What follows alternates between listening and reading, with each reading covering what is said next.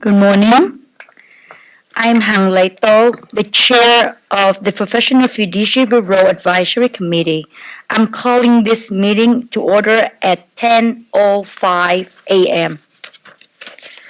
This meeting is being held on Wednesday, June 20th, 2018, at the Department of Consumer Affairs located at 1747 North Market Boulevard, Sacramento, California 95834, and has two teleconference locations at Elderwell located at 6345 Balboa Boulevard, Building Number 1, number 114, Encino, California 91316, and Jordan Goldstein Fiduciary Services located at 5 3rd Street, Suite 1132 in San Francisco, California 94103.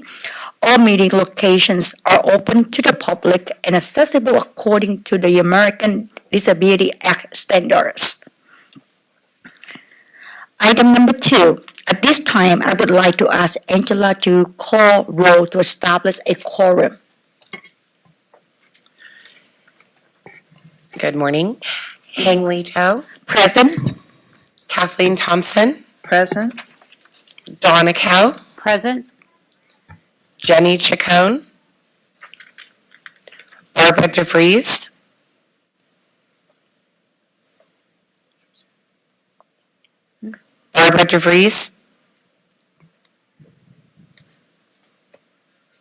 Eileen Federizo, Present. King G.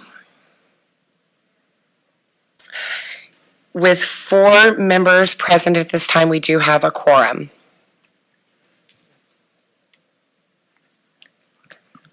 Thank you, Angela. Item number 3. I would like to ask the committee members and bureau staff to introduce themselves. I'm Hang Leito. I'm the Financial Director of the San Francisco Labor Council. Kathleen Thompson, Supervising Court Investigator for Solano County. Donna Kell, Licensed Professional Fiduciary. Rebecca May, Bureau Chief. Fred Chanyu, DCA Legal Counsel. Angela Quadra, Program Analyst.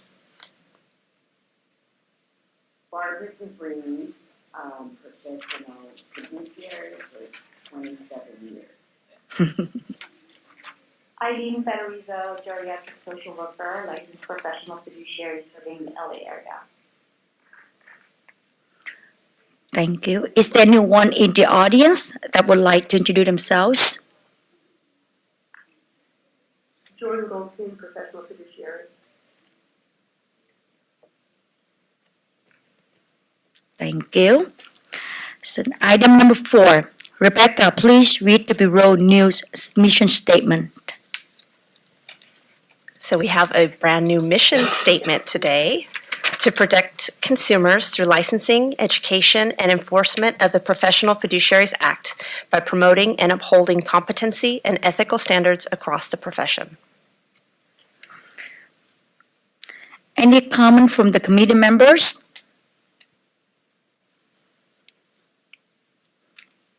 Any public comment?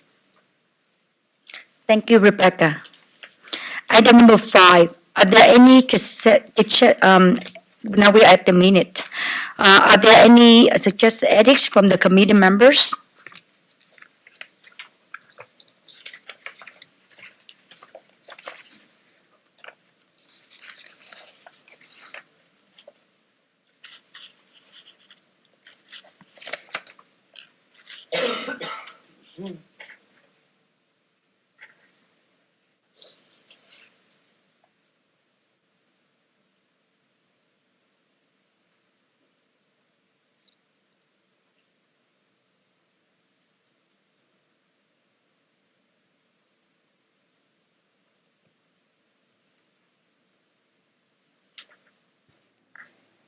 Hi, this is the San Francisco office. We're not hearing anything. Yeah, I'm not hearing anything either. Okay. Hello, Eileen. Did you hear us? Oh, okay, now we can hear you. Okay, good. Okay. Okay, thank you. So are there any suggested edits from the committee members? Is there a motion to approve the minutes? Motion to approve. Is there a second to the motion? Eileen Federico, second. Any discussions from the committee members? Any public comment? Angela, please do vote by the roll call. This vote will be to approve the minutes as they are drafted in this packet. Barbara DeVries, I approve. Eileen Federico, Approved. Jenny Chacon, still not present, I believe. King G, still not present. Donna Kell, Approve. Kathleen Thompson, Approve. Hang Lee Doe. Approve.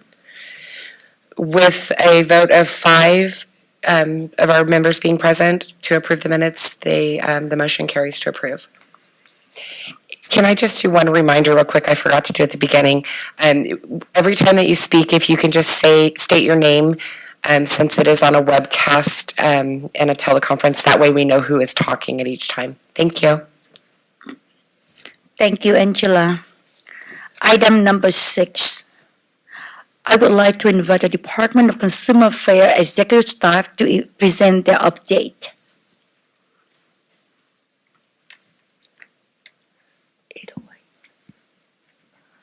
Good morning.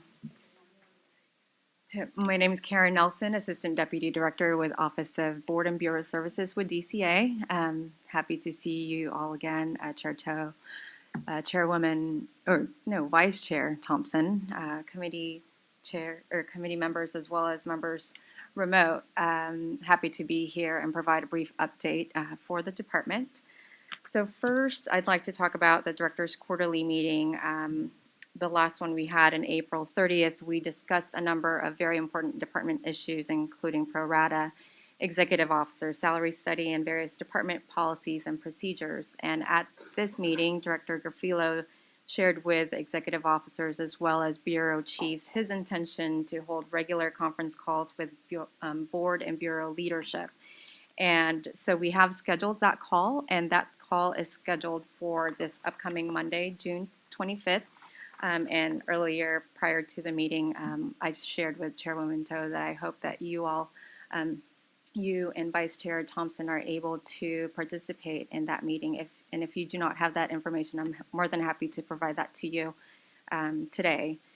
And also, the quarterly meetings, again, is an opportunity for the director to be aware of any issues that may be facing your bureau. Or any of our programs within the department. And the next director's quarterly is scheduled for Monday, August 6th, 2018.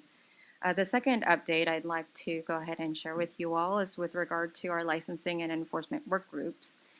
In April, we launched our first licensing and enforcement work group meeting, and we had over 60 in attendance and convened executive officers, bureau chiefs, and key licensing and enforcement staff to really begin and identify business processes that will strengthen our boards and bureaus in the areas of licensing and enforcement. The first enforcement work group did meet in May and took a closer look at performance measure 2 and the business processes associated with enforcement intake. And the licensing work group met this month and discussed fingerprint matching and utilizing cloud-based solutions for collecting licensing supplemental documents. We're very much excited about these monthly gatherings, and it's really an opportunity for boards and bureaus to collaborate and share what they do in each of their areas. And so next month in July will be our enforcement work group meeting, and we'll feature a presentation from our colleagues at the Department of Justice. And that concludes my brief update for today. And as always, if the department can be of service to you and your bureau, please let us know. And thank you for your work. Any questions? Any comment from the committee members?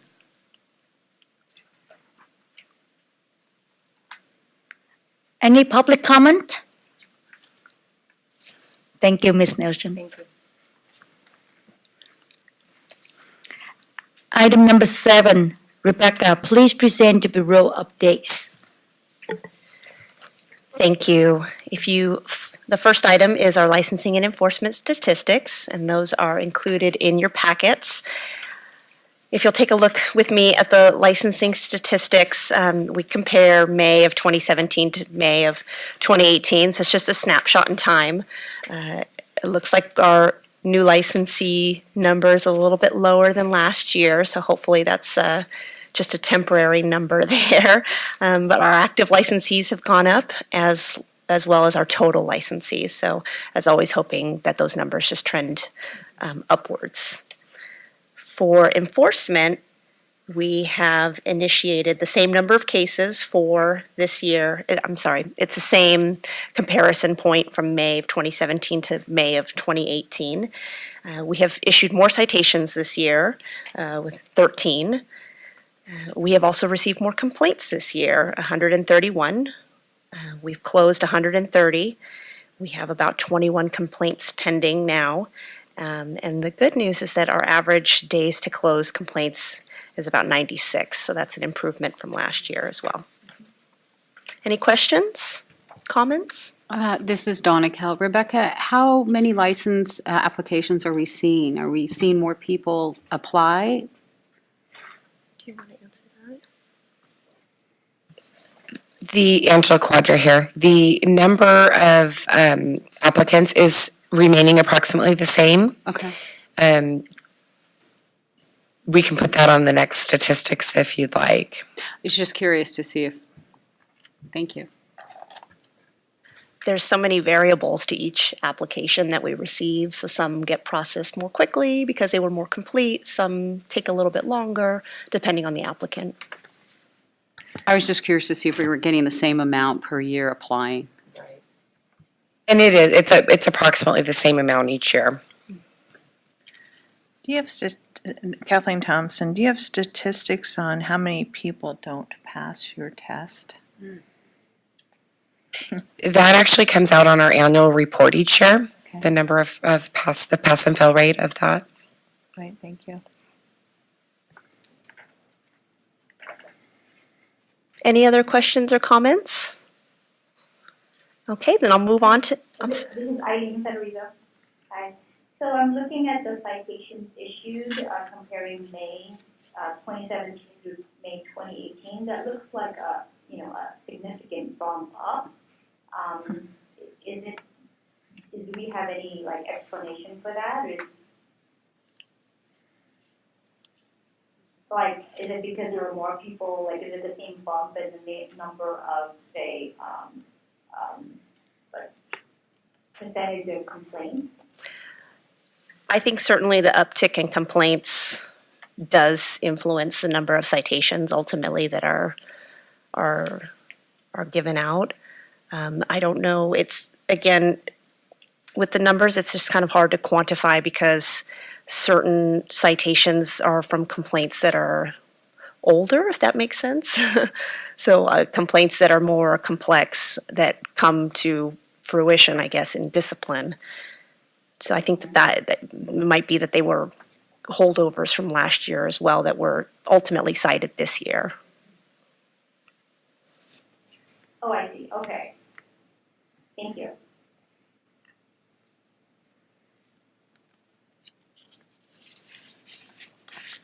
Okay, I'll move on to outreach. We've been really busy.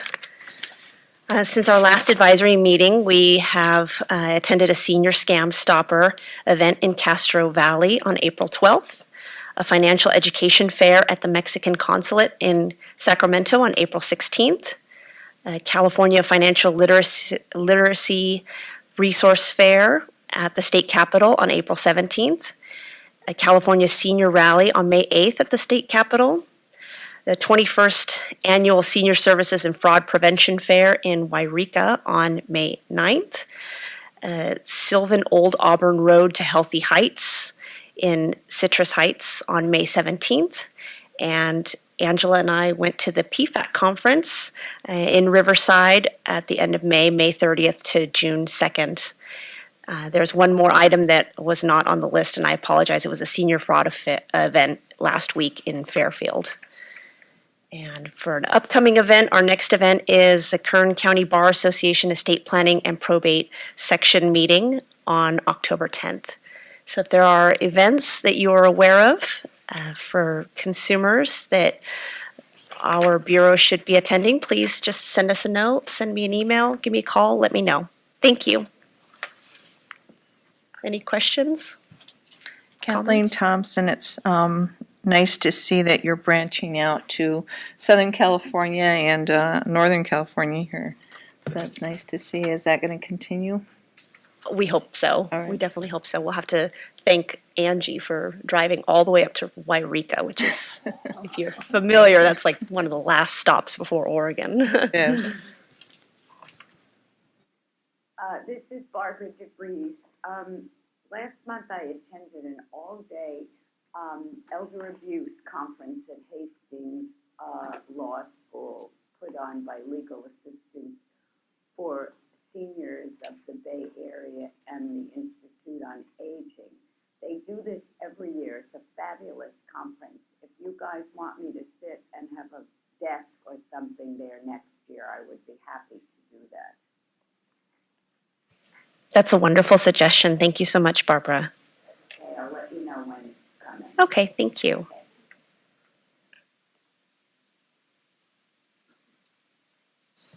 Okay, moving on, our strategic plan. So hopefully you've had some time to review the Bureau's strategic plan, which is in your packets. We completed our action planning session on May 21st, which gives us tangible objectives towards meeting the goals mapped out in the plan. The strategic plan has been posted to our website and available for the public to view. We'll be discussing how the advisory committee can help us in our efforts in greater detail later on today's agenda. Any questions, comments? Okay. Moving on to our continuing education audit of 2017. So late last year, our office conducted a continuing education audit. We asked 39 licensees to provide proof of their continuing education for 2017. One licensee was unable to provide sufficient proof, and another two did not respond. Accordingly, the Bureau cited these individuals. The three who failed the audit represent 8% of the licensees that we contacted. And I'd like to note that this is a better compliance rate than our last CE audit, which had a 13% non-compliance rate. So that's a great uptick. And that was in 2014, our last audit. The appeal time has now passed for the citations and they're final, and the 3 citations will be posted on the website early next week. Any questions? Comments? I just want to make sure everybody's there. It sounded like somebody was dropped off of the call. Jordan? Yes, we're here. Eileen? Eileen, still here. Okay. And then can you also mute your phone unless you are speaking, because we're hearing your background noises. Thank you. Any questions about the continuing education audit? Comments? All right, moving right along, the newsletter. A draft newsletter is nearly complete and should be heading over to DCA's legal team for review by the end of the week. Once that review is complete, DCA's publications office will put it into a beautiful format and will disseminate it on our interested parties list and put it up on the website. I'm hopeful that the newsletter can go live before our next meeting in August, fingers crossed. I'd like to thank our chairwoman for contributing an article to the newsletter. Any comments? Questions? That's all I've got. Thank you. Any comment from the committee members? Any public comment? Thank you, Rebecca. Item number 8, I would like to invite the Department of Consumer Affairs Budget Office to present a budget update.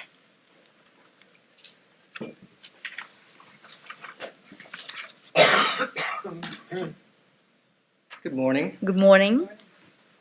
I'm Matt Nishamini. I'm with the DCA Budget Office. I'm filling in for the Bureau's regular budget analyst, Ms. Dragoo, who could not be here this morning. But I've been in front of you previously, and I know your budget well, so it's a pleasure to be here again. Let me begin this presentation by acknowledging the important work that both the Bureau and this advisory committee do to protect the good citizens of California. And so shines a good deed in a weary world. Okay, I have two documents to go over.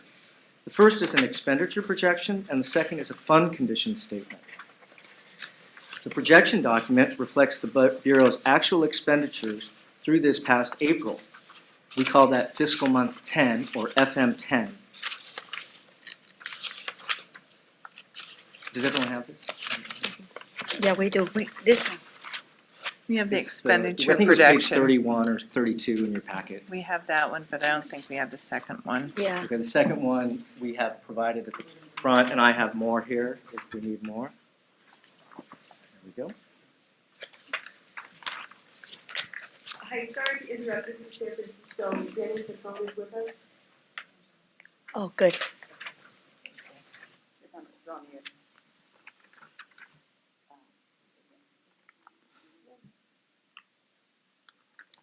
Okay, so the first document was on or thereabouts, page 30, 31 in your presentation I packet. want to say Jenny Chacon's here. Sorry I'm late.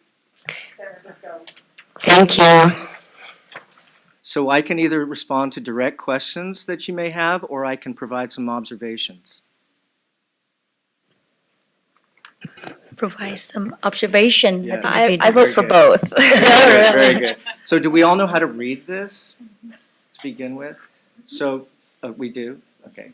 So this is very much in line with the FM8 that Ms. Dragoo presented at your last meeting. In the lower right, we are projecting to expend $535,000 for the full year, which is in line with historical spending. And this nearly spends your full appropriation, but again, it's no surprise and it's in line with historical spending.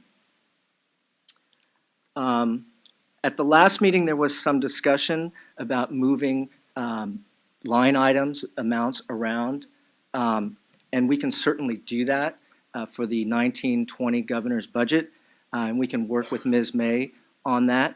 I would note, though, that the Bureau's composition is changing, and Ms. May has now stabilized the Bureau, and so we would like to provide her as much flexibility and accuracy as we can.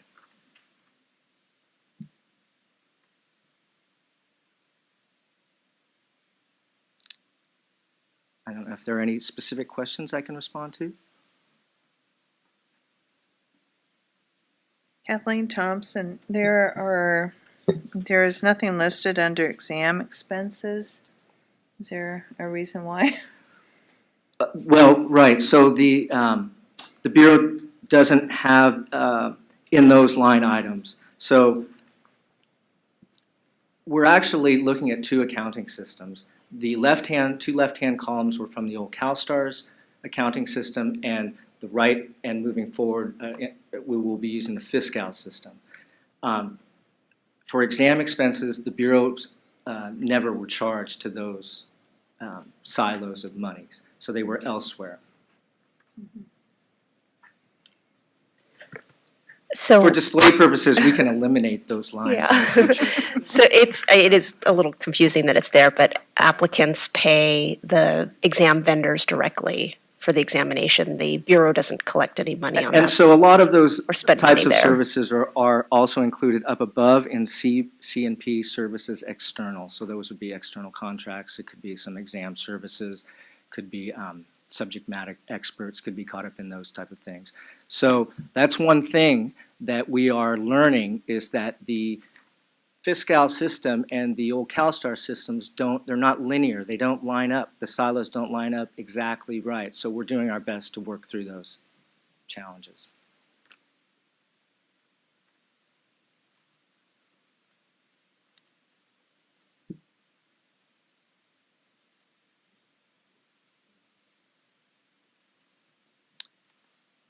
If there are no further questions, I can move on to the second document, which is the fund condition statement. So I would just begin by noting that this title is 2018-19 Governor's Budget with FM10 current year revenue and expenditure projections. And yet we've displayed four columns of numbers. Typically, a governor's budget does not display BY plus one, but we've done that here to provide a little bit more clarity for the advisory committee moving forward. Again, we've updated it with the current year expenditures of $535,000, and we've also updated it for the revenues.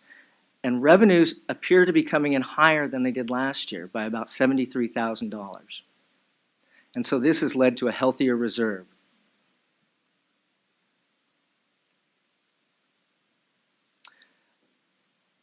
Another comment at your last meeting, Mr. G inquired about other regulatory fees. And that's one of the revenue streams up at the top. It's the fourth one down, other regulatory licenses and permits. So those are administrative citations and fines. That would be revenue from administrative citations and fines.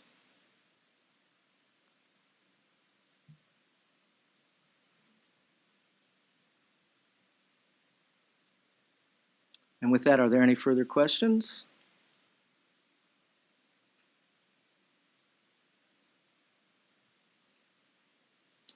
Again, we have no concerns with the Bureau's budget at this time.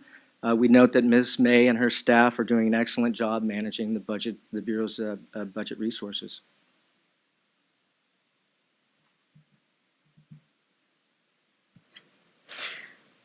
Any comment from the committee members?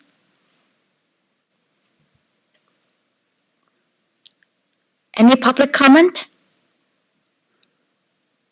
Thank you, Mr. Nishimi. Thank you.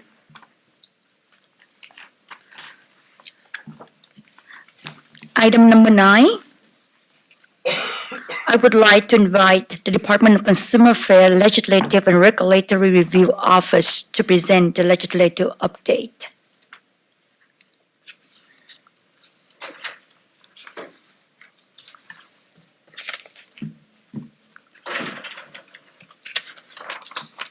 All right, good morning, everybody. My name is Alex Millington. I am an analyst with the Department's Division of Legislative Affairs.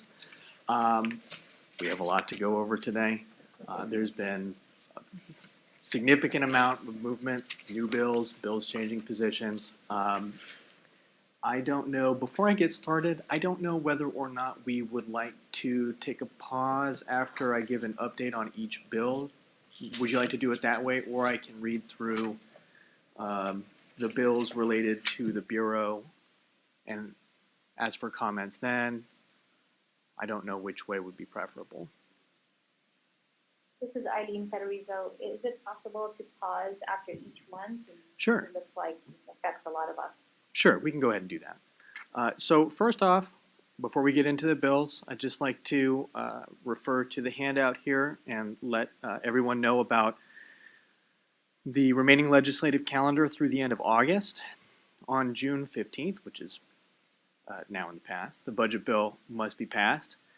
On June 29th, June 29th is the last day for policy committees to hear and report fiscal bills to the fiscal committees. July 6th is the last day for policy committees to meet and report on bills. The summer recess begins on that adjournment. On August 6th, the legislature will reconvene from their summer recess. On August 17th, that is the last day for fiscal committees to meet and report bills. August 24th is the last day for bills to be amended on the floor. And August 31st is the last day for bills to be passed. Again, recess would begin upon adjournment of that item. So we'll go ahead and get started talking about these bills. First off, we'll talk about legislation related to the Bureau. AB 1247, which is entitled Professional Fiduciaries, Pre-Licensing Education. This bill was amended on June 4th from a previously unrelated bill. A bill unrelated to the Professional Fiduciaries Bureau. And as amended, this bill would require applicants for professional fiduciary licensure to complete pre-licensing education, which includes instruction in understanding and applying cultural and ethnic data to the process of care that includes information on the appropriate treatment of and provision of care to the lesbian, gay, bisexual, transgender, and intersex communities. This bill was actually heard a couple of days ago. It did pass out of the Business Professions and Economic Development Committee, and I believe has been re-referred to the Committee on the Judiciary. Are there any questions about AB 1247?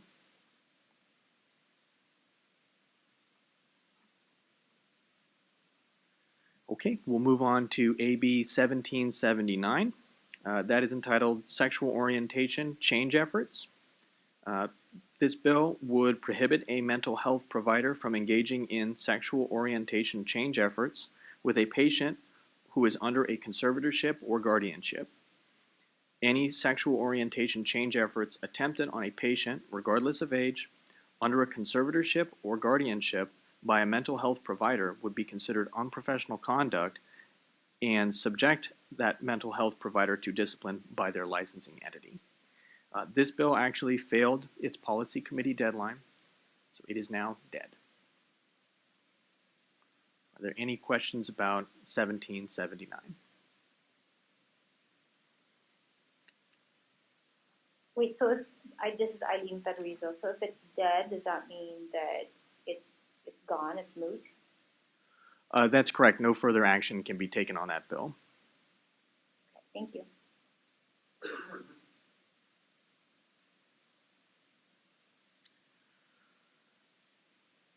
All right, we'll move on to AB 2113, which is Estates and Trusts Guardianships. AB 2113 would establish that a guardianship of the estate terminates upon the death of a ward unless otherwise provided by law. As of June, this bill is on the Senate floor, so it's passed out of its second House Policy Committee and is just pending a vote on the Senate floor. Any questions about AB 2113? This is Eileen Federizo. I was already under the impression that that's what the law is, so I'm just not understanding why there has to be this new bill. I could certainly look into any context as to why this bill was authored. It may just be a clarification setting out in statute that this is the case. I don't know. So if you'd like further information, I could look into that. Yeah, that would be great, because my understanding is that guardianship and conservatorship of the estate does terminate upon the death of the person.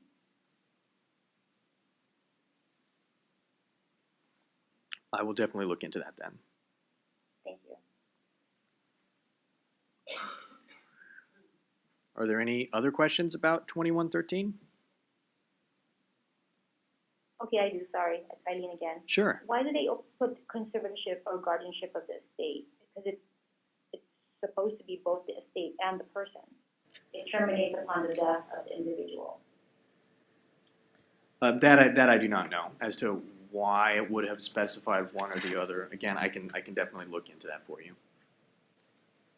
Thank you. Well, Eileen, I think, Kathleen Thompson, I think that the code says that the guardianship or the conservatorship terminates of the person upon the death, but the estate continues to be before the court because the accountings have to be filed, the final accounting. Does that clarify or confuse? No, I understand that we do have to do an accounting, but it's still, that's why we try to do an accounting ASAP, just so we can be discharged, but it technically terminates. We're not allowed to pay anything outstanding, because we know that as of their date of death, we can't, our roles stop. I believe this is Donna Kell. I believe the probate code allows us to pay for funeral expenses and burial for the client as we terminate the conservatorship under the probate code. You're probably right. Mm-hmm. Okay, thank you.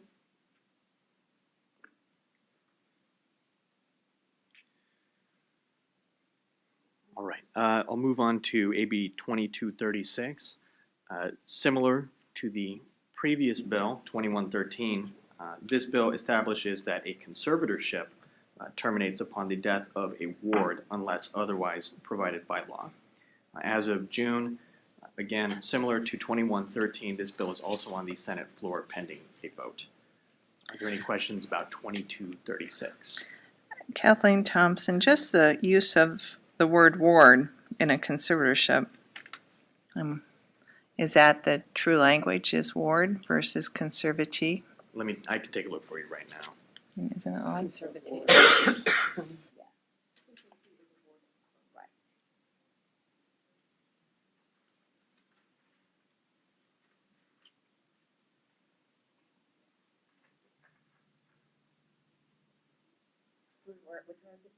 Right here, but this next one, I have no idea what this is. That's a little word on this. Oh, yeah, I mean, wouldn't it be on this? Well, yeah, and then you can pay for the funeral, and you can do, you have to do the accounting and all that. Yeah. Hi, can we remember to please mute our phones if we're not speaking directly to the committee? Muted. Sorry. Thank you. So I can go ahead and answer that question. The text of the law does refer to conservatee. So Thank you.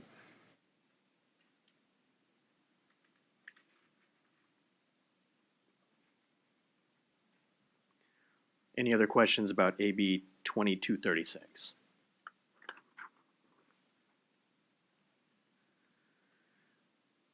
Okay, moving on to AB. Sorry. So I guess I just want to make sure that whatever is going to be passed is still going to spell for everyone involved, like what we're still allowed to do, what a fiduciary is allowed to do, even after the conservatorship or the guardianship terminates upon death.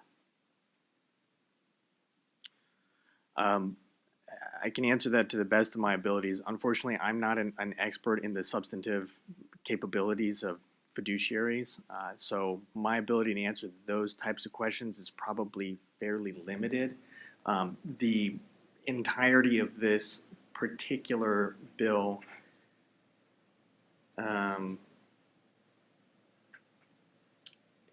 it's just two lines that says that a conservatorship continues until terminated by the death of the conservatee or by order of the court, subject to specific limitations and otherwise provided by law. It lists out sections of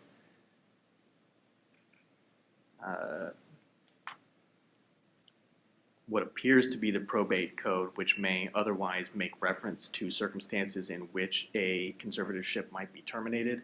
But again, I'm not a subject matter expert on conservatorships, so without going to take a look and read those statutes, I don't think I can give a lot more guidance on that. Eileen, this is Barbara DeVries. You're allowed to pay for the funeral and bills that were incurred during the time period of the conservatorship. So if there's a board and care bill that was during that time, yes, you can pay that, or the utilities. Yeah. Okay, I just make sure that these bills don't affect that. That's what I wanted to just say. Okay. This is Jordan. Most conservatorships, when the person dies, really can't conclude until the court order, because you have to do an accounting and you have to still have the power to do things like pay bills out of the conservatorship account. So I think that the fact that it says or order of a court is more significant than the death of the conservator, because the conservatee, sorry, death of the conservator is something different. But until I had a conservatee pass away recently, and I had all kinds of things that had to be done, and I needed to bill for my time until the court was satisfied that everything was finished, and then the conservatorship terminated.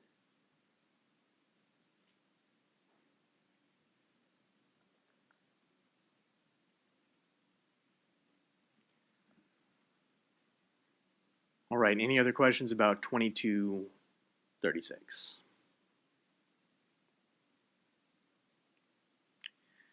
Okay, AB 2426 would extend a trustee's authority to unilaterally terminate a trust from trusts not exceeding $40,000 to trusts not exceeding $50,000 in total value. As of June, this bill is also on the Senate floor. It's been referred to the consent calendar, so it is just technically pending a final vote. Any questions about 2426?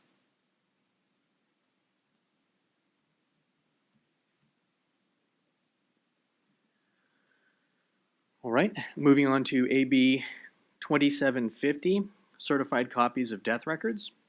This bill would authorize conservators of the estate or person the right to obtain certified death records from state and local registrars and county recorders. Currently, conservators of the estate or person may request a certified copy of a death certificate through a funeral establishment, but not directly with the state or local registrar or county recorder. As of June, this bill is, that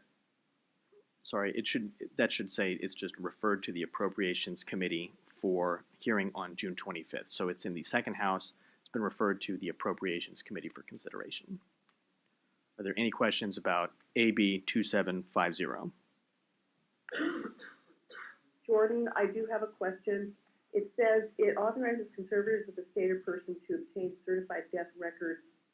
Is that just of the conservatee? And the reason I ask is because if there is a predeceased spouse, frequently you run into extraordinary difficulties managing assets that weren't properly transferred from a deceased spouse, and now you've got the second spouse who's deceased. So could this be considered to authorize a conservator to get certified death records from not only the decedent conservatee, but that person's spouse as well?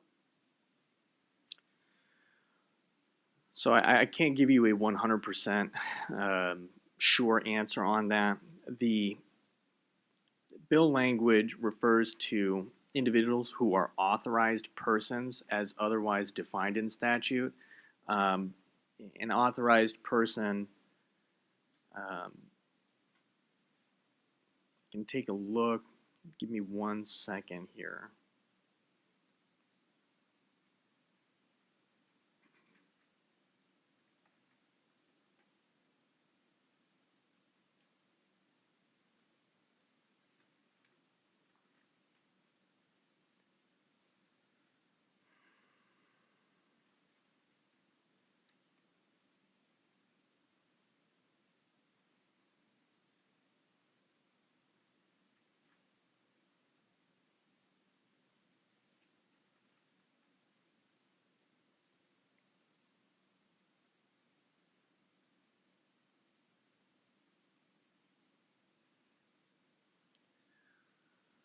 Okay, I may need to take a further look at this, but the way that this statute is constructed, it defines a person as an authorized,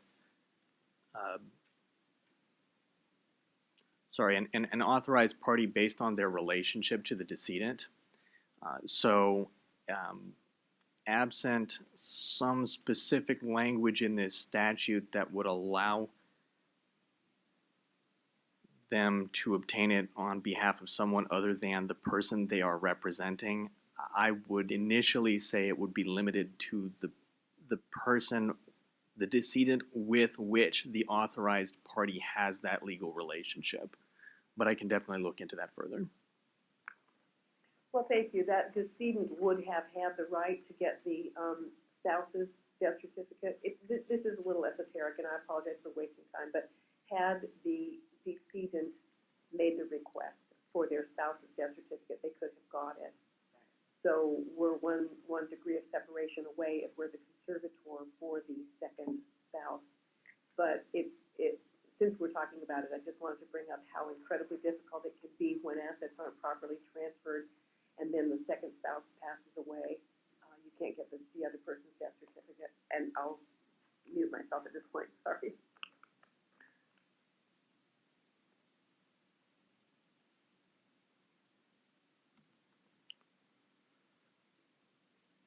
All right, any other questions about AB 2750?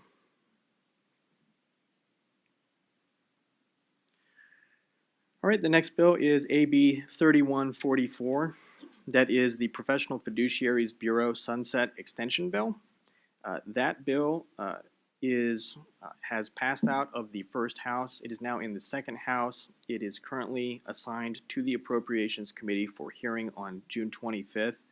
The bill, I guess, this requires a little bit more explanation. As of the time that this handout was completed, that bill just extended the sunset date of the Professional Fiduciaries Bureau from January 1st, 2018 to January 1st, 2023. That bill was amended yesterday, so I don't know whether or not I can discuss the amendment of that bill or whether I'm limited to those things which are included in the handout.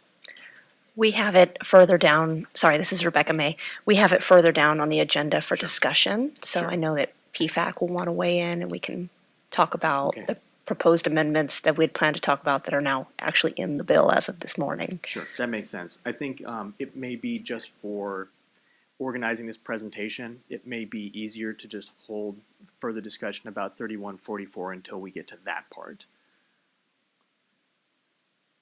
So on that limited description of 3144, are there any questions right now?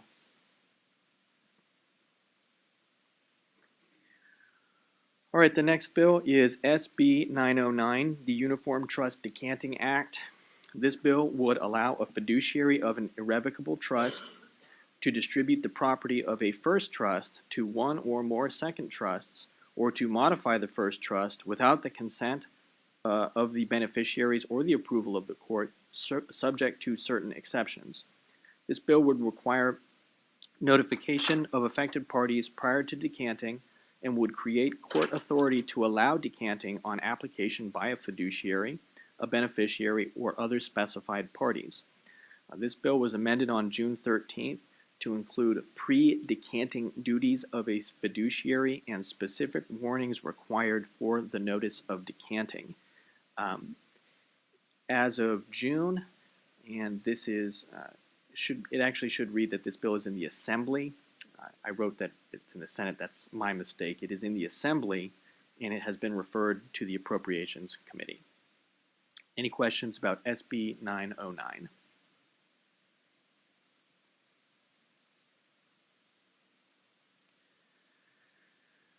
All right, moving on to SB 931.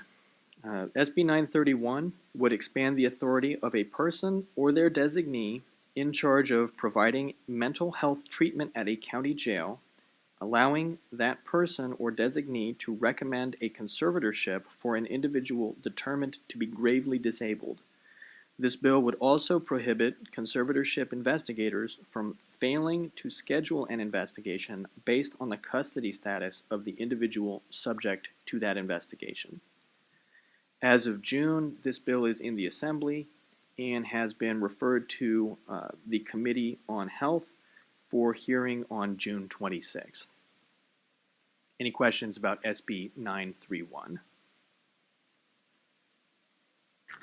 Kathleen Thompson, is that, I assume we're talking about an LPS conservatorship under the Welfare and Institutions Code? Give me 1 second, I can refer to the bill here. Sure.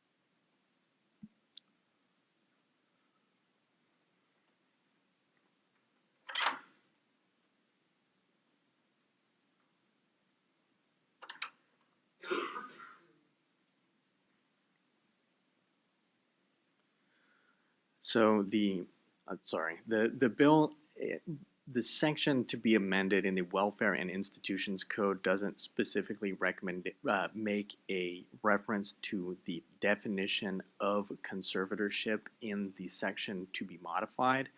It refers only to a recommendation of conservatorship for a person,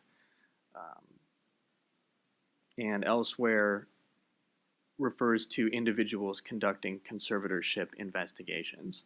So whether or not that is for LPS conservatorships or some other type, I do not know. Do you have the W&I code? Hi. I can actually see it applicable in both situations, whether it's LPS or a regular, probate conservatorship. So, for example, if there's an elderly, disabled, homeless person, or they found homeless or doing something and they happen to be in jail, I can see them needing help and maybe they really need a conservatorship. Does that make sense? As Eileen, it's Kathleen. So a referral to public guardian's office or something. Sure. Kathleen Thompson again. The W&I code, is there a number there? That might help me understand. Yes, 1 second. Sure. These amendments would be made to section 5352 of the Welfare and Institutions Code and 5352.5. All right, thank you.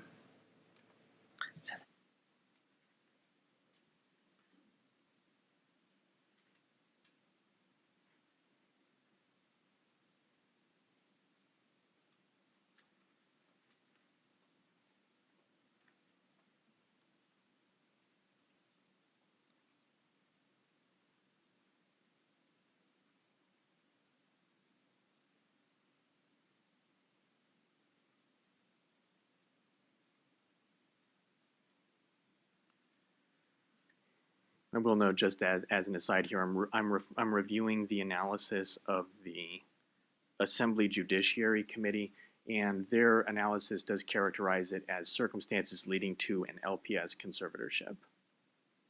Thank you. Yep.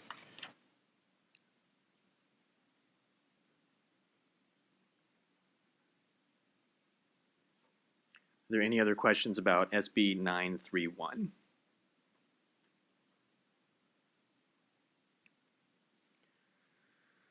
All right, SB 1011. This bill would have authorized a petition to establish a limited conservatorship for an individual with developmental disabilities to be supplemented by information contained in the prospective conservatee's most recent individual program plan. This bill failed its policy committee deadline and is now dead. Any questions about SB 1011?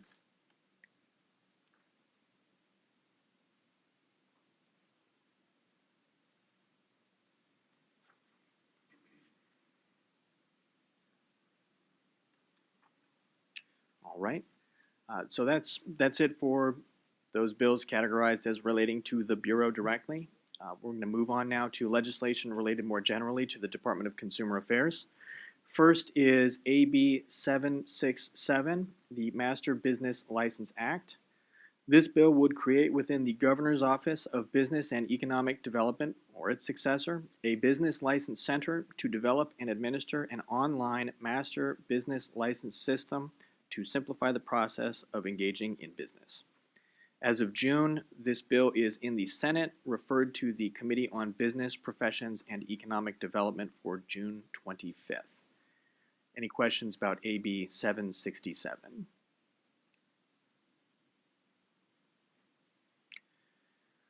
AB 827 would require the Department of Consumer Affairs to create an entity in order to provide high-skilled immigrants with information relating to the application process with department programs.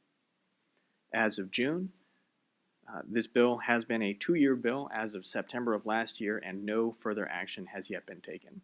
So there is still a possibility that this bill is moved. It may be changed, but essentially since September of last year, nothing's happened with it. Are there any questions about AB 827?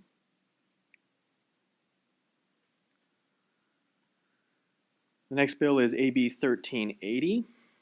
I know this bill has come up in several past meetings of this advisory committee. This bill would require regional centers to develop a process by which all vendor contracts are reviewed at least once every 2 years. This bill would also require the outcome of those reviews to be documented in the regional center's files. This bill would require an employer to submit the fingerprints of a prospective in-home respite worker to the Department of Justice for criminal background check prior to employment, and would prohibit employment as in-home respite providers if an applicant has specified convictions. This bill would also require the Department of Development Services to conduct an in-depth review of in-home respite provider rates and report those results to the legislature. As of June, this bill still remains in the Senate Appropriations Committee. It's referred to the suspense file. So further action may be taken on this, but nothing's happened. Any questions about AB 1380?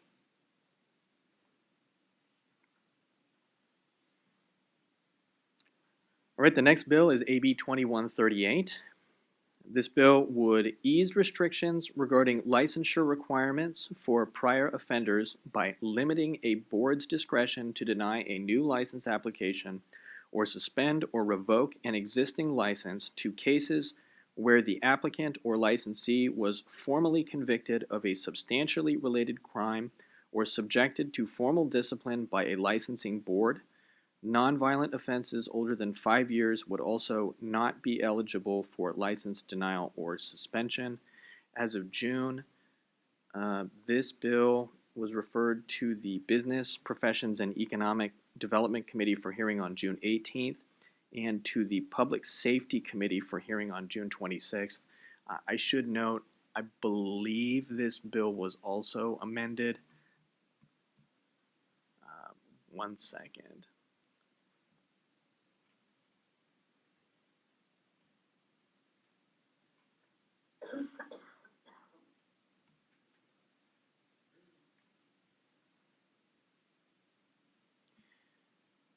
Actually, I take that back. There may be further amendments suggested to this bill, but as of June, that's where it is. Any questions about AB 2138?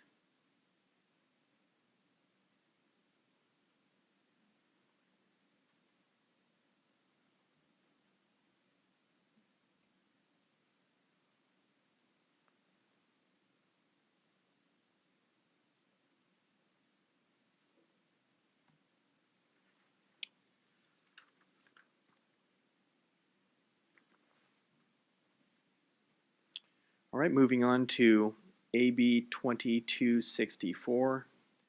This was a spot bill, meaning it was just an empty bill waiting for some language to be put in it. Nothing ever happened with it. As of June, this bill failed its policy committee deadline for fiscal bills and is now dead. More or less, that's in the agenda because it was originally related generally to professions and vocations. Nobody ever did anything with this bill. Any questions about 2264?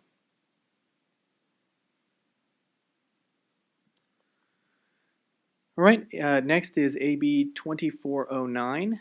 This bill would have prohibited boards from using a person's criminal record as an automatic or mandatory permanent bar to licensure. This bill also failed its policy committee deadline for fiscal bills and is now dead. Any questions about 2409?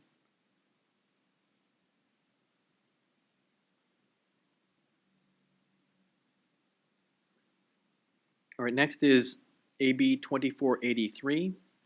This bill would require a public entity to pay a judgment or settlement for treble damage antitrust awards against a member of a regulatory board within the Department of Consumer Affairs for an act or omission occurring during the scope of the member's official capacity as a member of that regulatory board.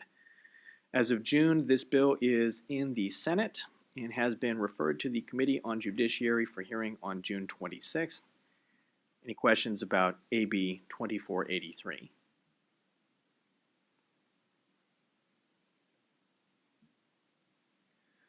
All right, AB 3183.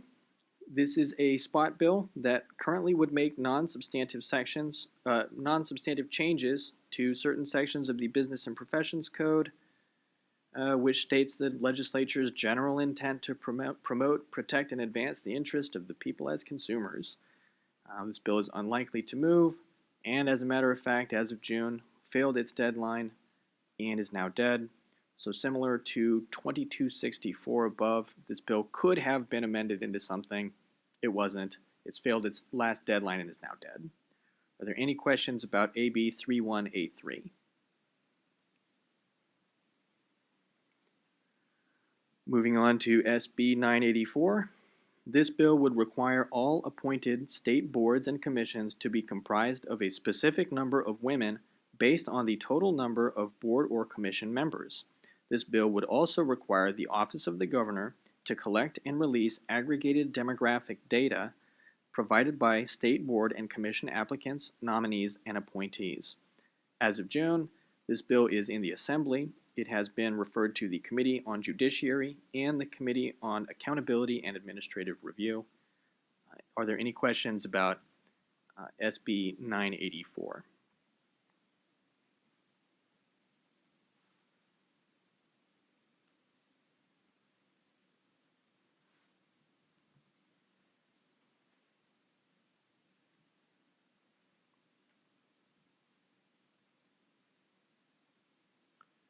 And just to add a little technical note here, it is currently scheduled for hearing on June 27th in the Committee for Accountability and Administrative Review.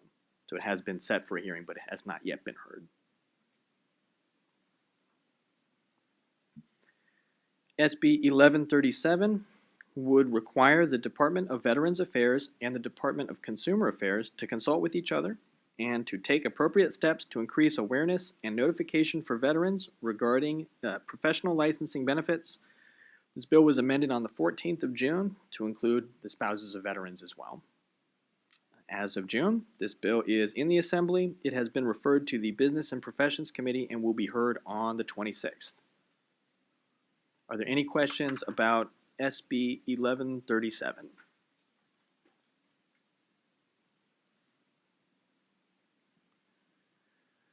All right, moving on to SB 1371.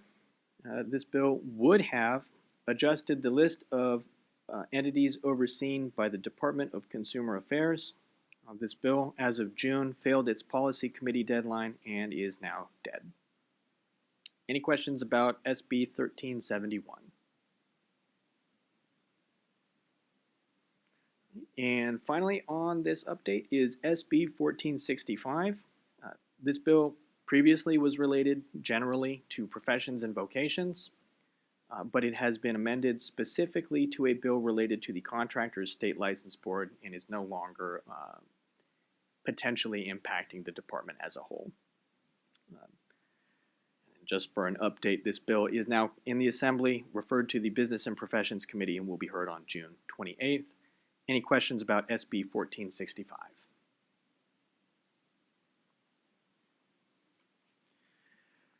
All right. Next, I'll give you a little bit of follow-up information from the February 2018 meeting. There was a question about AB 1779 that was raised at that meeting.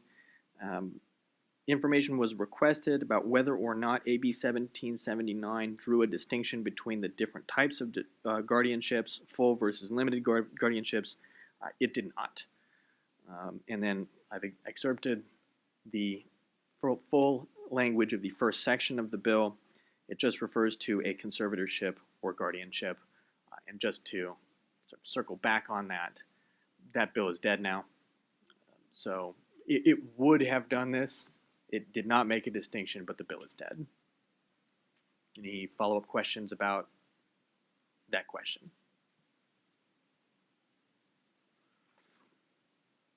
All right. So now we'll go back and talk a little bit about AB 3144.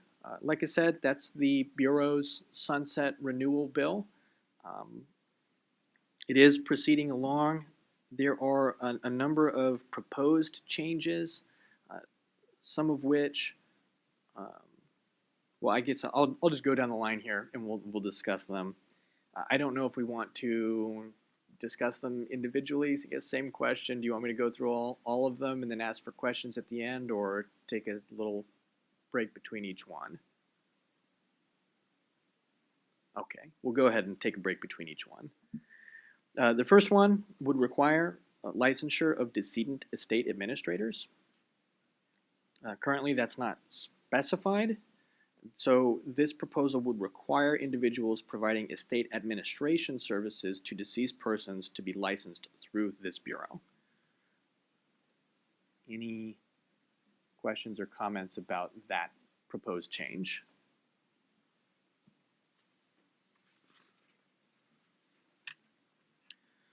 All right, the second one. I'm sorry, Sure. Kathleen Thompson, is, it says would require individuals providing this service. Is it just one person that you're providing this service to, or do you have to provide it for two or more? Is there a number specified here?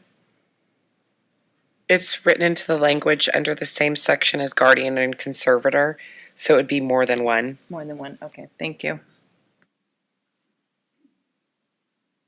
So this is Eileen Federizo. So it's going to be covering the person's role as an administrator and also as a personal representative. Is that correct?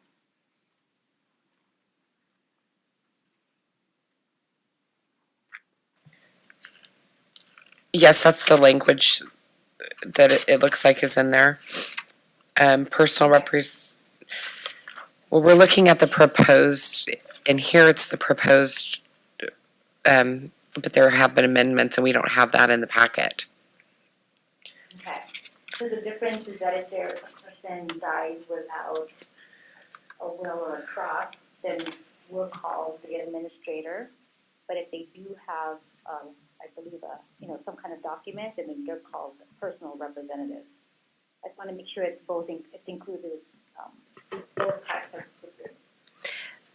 This is Rebecca. So the bill was amended yesterday, and it's officially in print this morning, and it says personal representative of a decedent's estate, as defined in Section 58 of the Probate Code, for two or more individuals at the same time who are not related to the professional fiduciary or to each other. What about a probate administrator? I can, I'm actually looking at Probate Code Section 58 right now, and that section further defines a personal representative as an executor, administrator with the will annexed, special administrator, successor personal representative, public administrator, or a person performing the substantially the same functions under the law of another jurisdiction. Excellent. Thank you.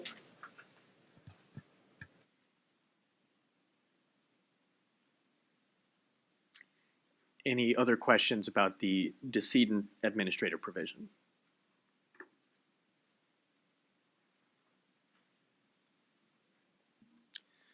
All right. The second one here would limit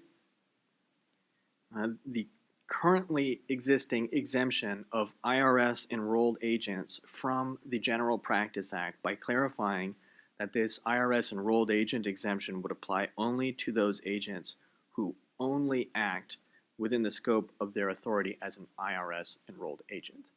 So it would narrow the scope of that exemption only to those enrolled agents whose activities are limited to their authority as an IRS enrolled agent.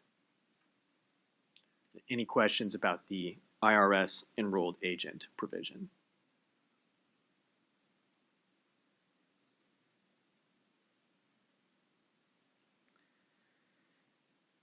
All right, the third one, this generally referred to as billing clients for responding to complaints. This provision would prohibit licensees of the Professional Fiduciaries Bureau from billing their clients for time spent responding to complaints filed with the Bureau, whether on the licensee's own behalf or on behalf of any agent working with the licensee, including an attorney. So just to clarify that, because that sentence may be a little confusing, the latter part meaning that the licensee could not bill their client, but they could also not have a third party bill that client. So whether that would be an agent of the licensee or an attorney representing the licensee. Any Hi, questions? this is Eileen Federizo. Sure. A question about that. So we, we took, as a fiduciary, we typically work with clients and families that are in conflict. So, for example, I have a family families who report me to Adult Protective Services or to the police, like I would say every 2 to 3 months. So I think that would be similar. Maybe I don't know if they know about the Bureau, but they would probably contact the Bureau. No, I'm sure they know about the Bureau. But so I guess what I'm saying is that if I see the Bureau similar to APS and also the police, and if this is just their mode of operation, and if there's no basis to their complaint, why is it that we cannot bill if the basis of their complaint is not justified? So first, I'd clarify this provision would only prevent a licensee from billing for responding to a complaint filed with this bureau. So if a client were to complain to another body other than the Professional Fiduciaries Bureau, this provision would not cover those types of complaints. So this is only limited to those circumstances where a licensee's client complains to the Professional Fiduciaries Bureau. And I'm sorry, what was the other part of the question? Yeah, I guess I'm just trying to understand. So if hypothetically these client families contacted the Bureau and they do it quarterly, and I have to respond to it quarterly, when we know there's no basis for it, because it's the same complaint every single time, and I have to spend time on it. Not quite sure if I understand why it is that we couldn't charge for it. If there's a basis for it, it makes sense. But if there's no basis for it, and we already know that's their mode of operation, and we have to spend time on it, why couldn't a professional fiduciary charge for it? Hi, this is Rebecca. So when we open up a complaint and the complaint is then satisfied, we don't find that there's any wrongdoing, if that complainant continues to contact us with the same allegations, we don't reopen the complaint. They'd have to bring something, they'd have to bring something new for us to consider to reopen a complaint. Well, not to reopen a complaint, to establish another complaint. Okay. And I don't know. I don't know enough about the enforcement process, but perhaps there may be complaints that are investigated and do not require a response. This would be limited to those circumstances in which a response is required from the licensee. Mm-hmm. We do, as you can see, our complaints are going up. We do get a lot of complaints, and we are certainly sensitive to the fact that fiduciaries work with families and they wade into family dynamics, and it's not surprising that people will be upset and make complaints. And unless there's evidence of wrongdoing, that we can prove or that there's any proof of wrongdoing, it doesn't turn into discipline.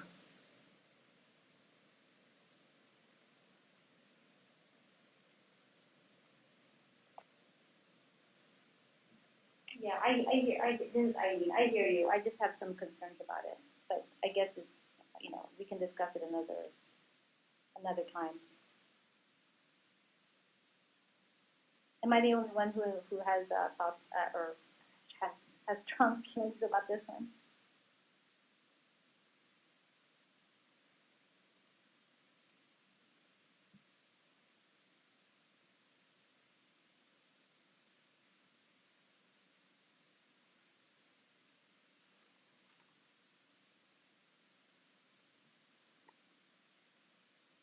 I guess the only other thing I would say is, I can certainly happy to give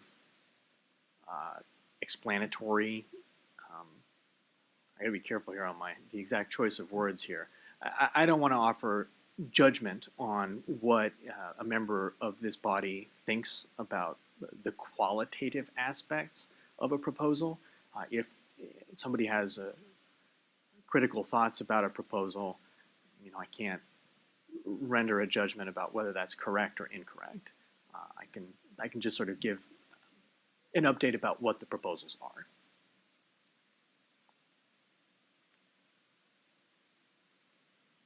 I'll move on to number 4 here, the additional pathway to licensure provision.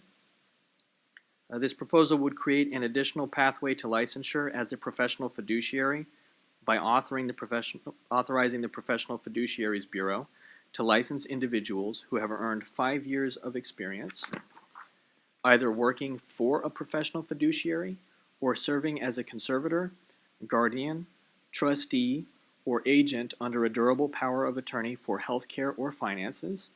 Further, this requires applicants using experience as a minimum qualification for licensure to demonstrate substantive fiduciary responsibilities in their prior experience, whether obtained individually or while employed by a professional fiduciary or qualifying entity. To give you some context, currently the Business and Professions Code section 6533 allows individuals who had obtained certain experience prior to 2012 to use that experience as to fulfill a prerequisite for licensure. This would get rid of that time limitation, so individuals obtaining that experience after 2012 would be able to use that experience, and it would just describe a little bit more fully the type of experience that would be allowed to serve as fulfilling that prerequisite requirement. This is Donna Kell. Would there be still any education requirements, whether an associate's degree or anything like that, or is it strictly based on time? Yes, this would require an individual to have an Associate's of Arts or Science degree. Well, let me clarify here. If an individual had an Associate's of Arts or Science degree, they would then be able to use 3 years of experience. If they did not, they would need to have at least 5 years of total combined experience. And if that's incorrect, someone can correct me on that one. With a bachelor's degree, they would still qualify without experience. So that doesn't change. It just allows for the 5 years of experience after 2012. Right now, if your experience was after 2012, you don't qualify at all. Hi, this is Eileen.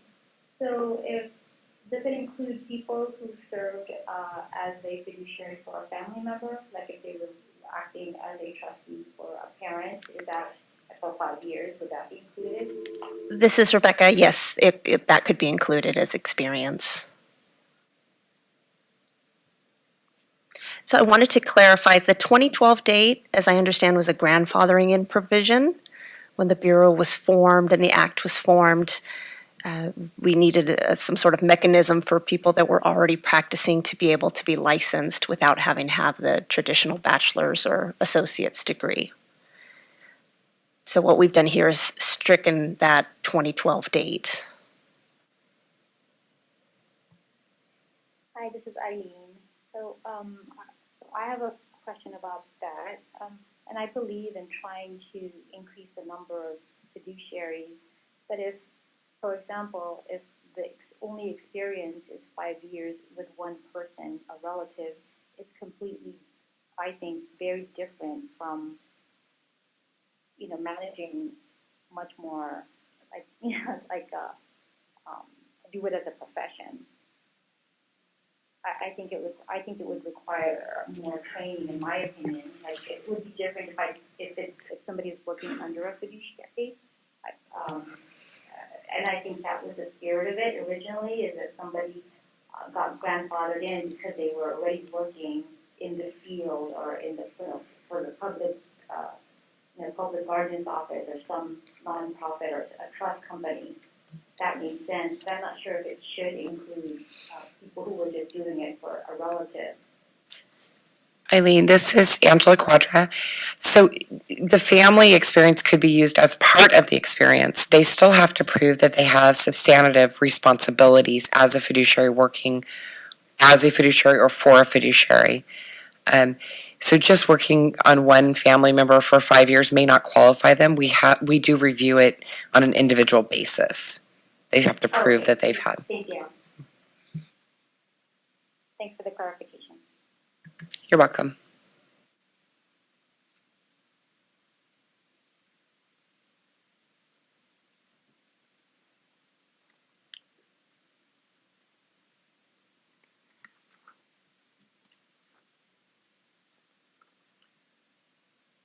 Any other questions or comments about the expanding or additional pathway to licensure provision?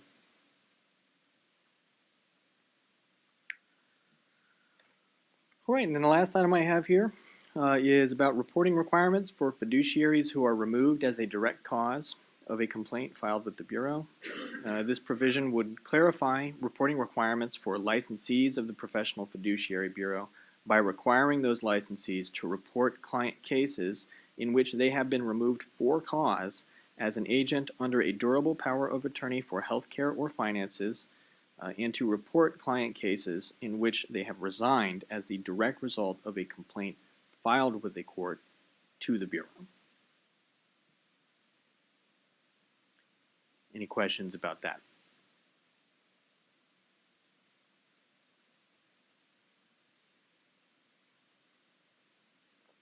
Hi, this is Eileen. Can you explain or clarify what it means, complaint filed with the court to the Bureau? So that would mean a direct result of a complaint filed with the court. So say in the representation, somebody filed a complaint with the court. It's just an awkward way that the sentence was written. So it would be someone who resigned as a result of the complaint filed with the court.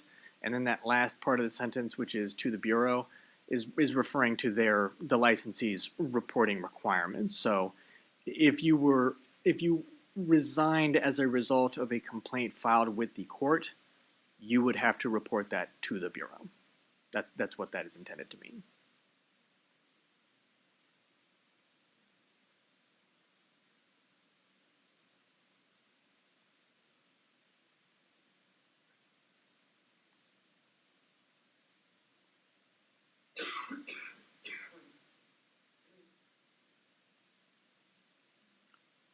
Any other questions? This is Eileen again. Sorry. Okay, so so I understand this. So if somebody is going to resign from a case, because we already list those on our, we're required to list the cases we resigned from. If it happens to be that it included a complaint that was filed with a court, then we have to, hold on.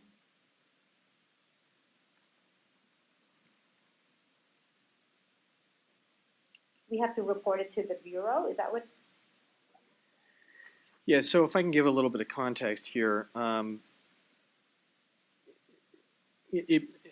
correct me if I'm wrong, but the intent of some of these is to clarify and reduce the circumstances in which a licensee has to make a report in order to reduce the total amount of reporting that's done for cases in which a licensee may have resigned or otherwise ceased representation, but wasn't related to a complaint. So if currently there may be some ambiguity or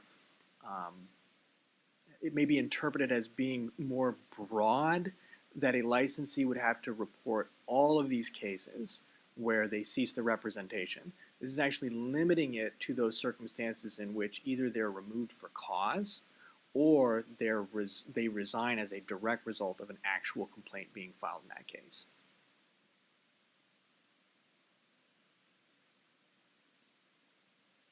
Yes, and so this is Eileen. I wonder if there's a way to define it differently then, because fiduciaries resign regularly. I think if their practice is big enough, and it doesn't mean that there was any wrongdoing. It's just it is the way it is.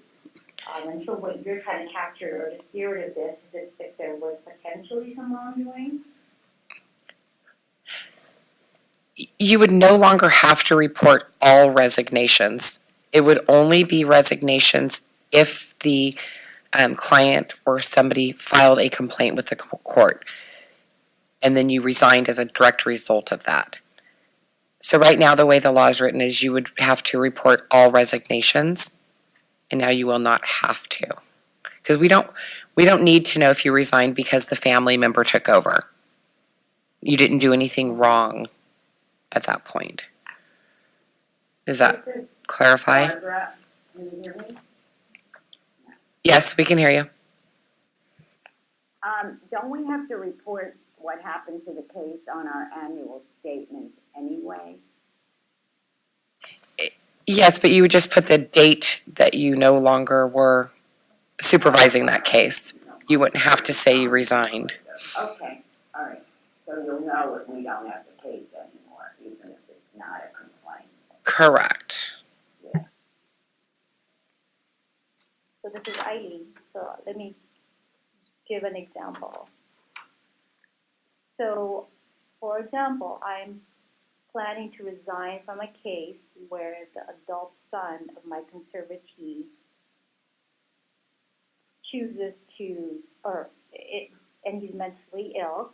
He does not want to get rid of his gun in the house, even if he had agreed to it originally. So I'm going to resign from the case. But then he's going to file a complaint saying that it's his right to have a gun in his house. So because of that, because he filed a case, then I have to list that as a resignation that needs to be reported through the Bureau. Is that correct?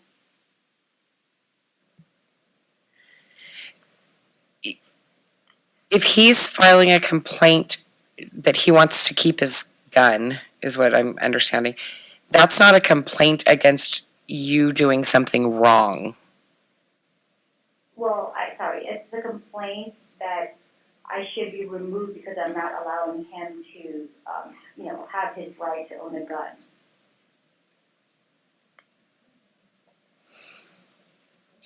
You would have to report that. And keep in mind, though, that we do review each of the resignations, the removals, and many of them there isn't a cause for resignation or removal. Well, not the removal. The removals are always the cause, but for the resignations, it's each one of them are reviewed, and it may not have effect on your license. Understood. I just want to make sure that if people are reading this and the spirit of this section is to try to warn the public, I just want to make sure that it's not losing the spirit.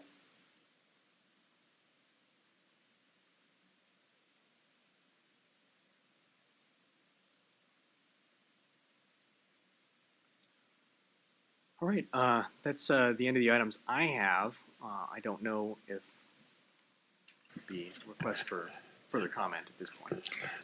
Any comment from the committee members? Any public comment?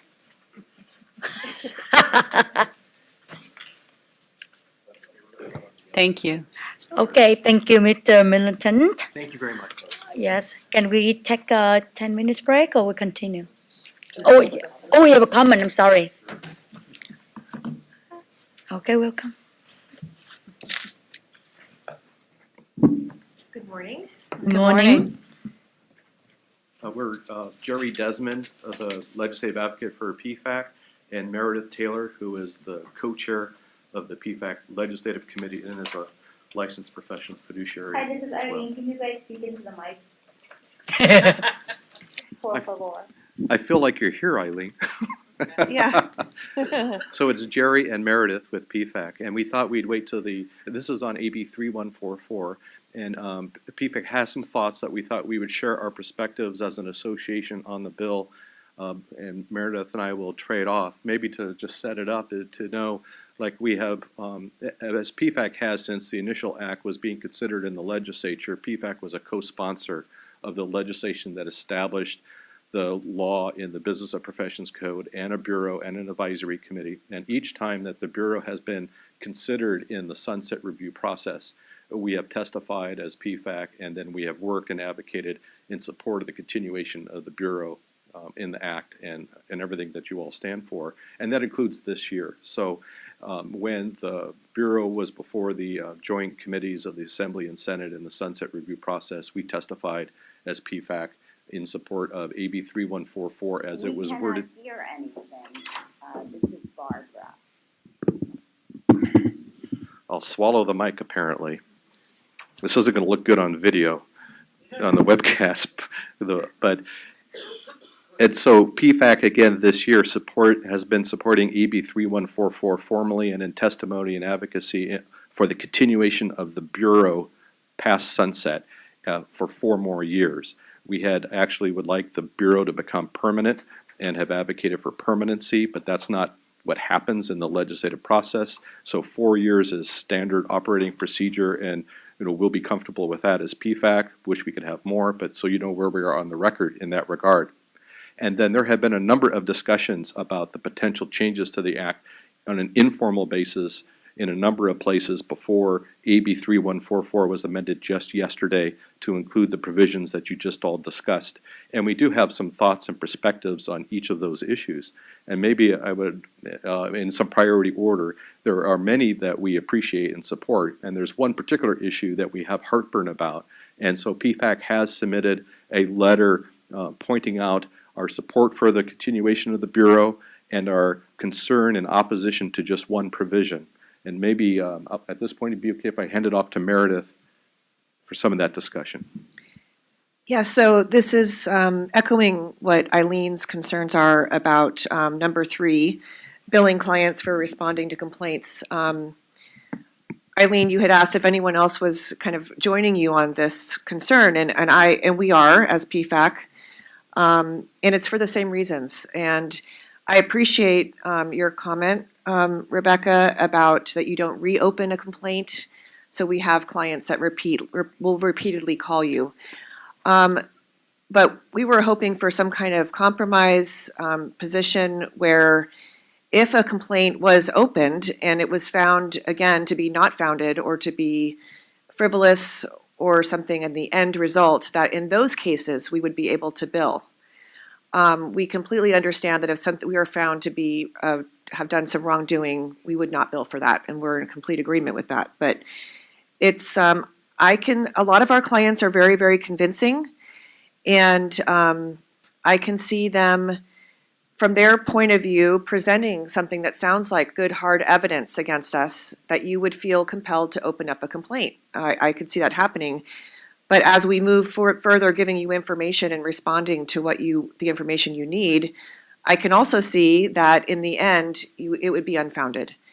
And a lot of time and energy and maybe even attorneys being involved might come into play in those situations. So we were hoping that there would be some language that would allow us to bill if the end result was not a sanction or, Or discipline or fine or citation or other sanction.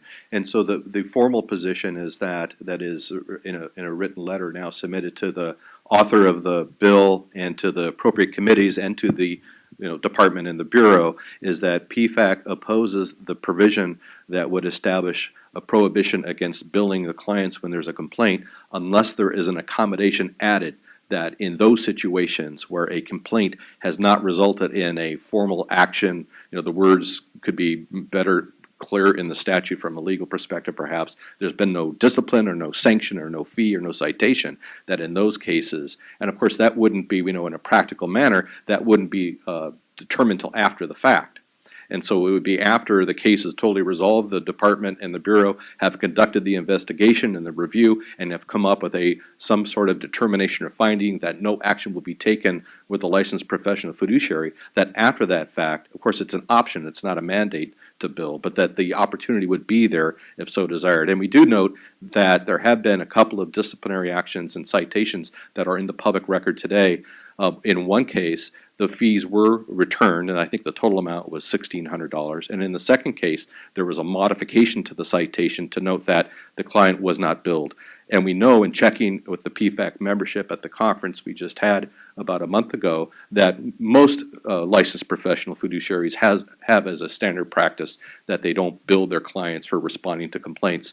So we do believe it's not a matter that is of the magnitude that it dictates that there has to be an outright prohibition, which raises a number of significant issues in terms of the state saying to licensed professional fiduciaries what you can charge and when you can charge. We think there's significant issues there when you look at the department and the bureau and the regulatory structure and the enforcement mechanisms. It's very unusual to have that kind of a prohibition in a state law. And so we think this accommodation accomplishes the objectives if it were to be able to be something that's agreed upon by the author and the proponents of the particular provision, that it provides for both situations. It provides for an outright prohibition in the statute unless this condition applies. And the condition is totally in the purview of the department and the bureau to, it would be after a thorough review, after the bureau and the department determine that there's no merits to the case, to the complaint, there's no citation, no fine. It's only after that fact that the option would exist for a licensed professional fiduciary. So we're hoping there will be discussions. As Alex reported, the bill is subject to first hearing with these provisions in the bill are next week on Monday, I think, Monday or Tuesday, but early next week in the Senate committee. And it's important enough we thought we would bring it up today, but it's also within the context of supporting AB 3144 and the continuation of the Bureau. And then the other provisions, the extension of the Act to personal representatives of decedents' estates. We realize that could increase the population a bit in terms of the Bureau. There might be a number of fiduciaries that do that today it wouldn't be any change, but there could be a number whose practice is just in that area. And of course that would need to be a couple years in the future so that you can get the experience that you need to qualify. And then also in terms of adding to the report the situation where if you've resigned a case, as described before, what's actually in the bill is a little different than the mock-up that I had seen. So that might be, I'm not sure what that means in terms of the status of the provision, but if you look at AB 3144 as amended yesterday, that actually talks about if there's a resignation for cause, and it doesn't quite talk about if there's a settlement of a matter for cause. And so there's a little distinction there, but we appreciate the objective with that provision and we're fine with that. And adding the experience, and as just described and as discussed by all of you, PFAC believes that was meant to be a grandfathering with a 2012 date.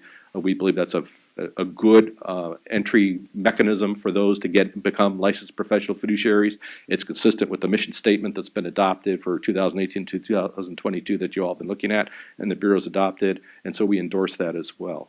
And so it's just this particular provision that we have some heartburn with, but it's important enough for the reasons that Meredith described and Eileen earlier, that we've actually come out with a formal position on just that provision.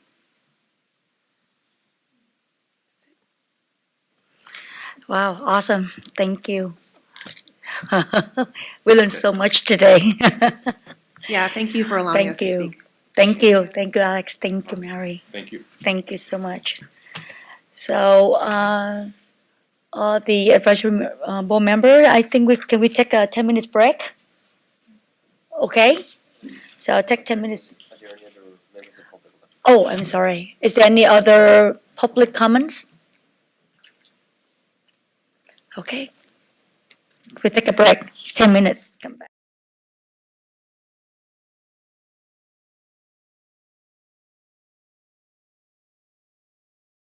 Hello. Okay. Now we are at the item number 10. I would like to invite Ms. Tracy Montes to present the occupational analysis update. Madam Chair, just make a note that what time we're back into session. If we Oh, have a I'm note, so- sorry. Thank you. We are now back at the 11:57. And now we have Ms. Tracy Montes to present the occupational analysis update. Good morning for a couple more minutes. Tracy Montez, Division Chief of Programs and Policy Review. I'm just really presenting a brief summary, not going into a lot of detail unless you have some questions. But I'm doing this on behalf of the Office of Professional Examination Services, which is a unit within my division. As you know, the occupational analysis is a methodological study that looks at the various tasks and knowledge that is needed to perform these tasks by professional fiduciaries in California. It is something that is required of Business and Professions Code Section 139. Your bureau had not done one to date that was performed by our in-house office, OPS as we call it. And so this was done, and again, it updates information as the profession or occupation is described in your code or regulations. And so it essentially involves interviewing fiduciaries, having them come to various workshop meetings, creating a survey that is then sent out to licensees. The nice thing about having a small population is that the survey did go out to all licensees, and you had a very substantial response rate of it was about 24% and then went down to 21% after some adjustments were made. But that's great. Usually when we do surveys like this, we hope for at least 12 to 15%. So 21% was excellent. And again, what this did is it provided us some information about what parts of the occupation should be assessed in an examination. Now, this tool, this report, can be used for other informational purposes, and we'll make sure that you get copies of this, and it's used for the strategic plan if you need it, or training tools, continuing ed. It's just a very nice study to have done again, and it's required about every five years or so. So anyway, what we now have is essentially a clear understanding of what critical components should be assessed on the licensing examination. The next step now is to work with the Center for Guardianship and to look at the exam that they have been using for candidates into your profession. And this is, we call it an audit, a nice way to also say it's a review of their exam program. And again, in keeping with Business and Professions Code Section 139, we're going to look at how that particular exam has been developed, how it's administered, what information is provided to the candidates, to the advisory committee, what security protocols are in place, and all the various components that would support what we would call the validity of the exam, the reliability, Are we getting consistent results? And then also the fairness to the candidates that take the exam. I will say that one of the concerns we've heard is that the exam's okay. It may need to be updated. It may not reflect necessarily what professional fiduciaries are doing in California. So that's exactly why we do this study, and it's why we do it every 5 years, because it's a snapshot in time. So we're going to take a look at that, and then we're going to come back with some recommendations to the advisory committee and work with you on how to make sure that the exam is updated so that it is valid and fair, and I should also put legally defensible, and then go from there. Now, I believe information has been provided to you that we were hoping to have this done by the end of July. Given that we're still negotiating the non-disclosure agreement, it's probably going to be more like in August, September. There's not a lot of urgency here. The good thing is that the committee is doing its due diligence by having these studies performed. The non-disclosure agreement is essentially an agreement between OPS and the Center for Guardianship to share materials so that we can do a very thorough analysis, and it's our promise to keep materials confidential, but also to be able to provide a report to the advisory committee and to the public that gives enough transparency to feel comfortable in how the evaluation and recommendations came to be. This is something we do for many of our boards and bureaus here at the department.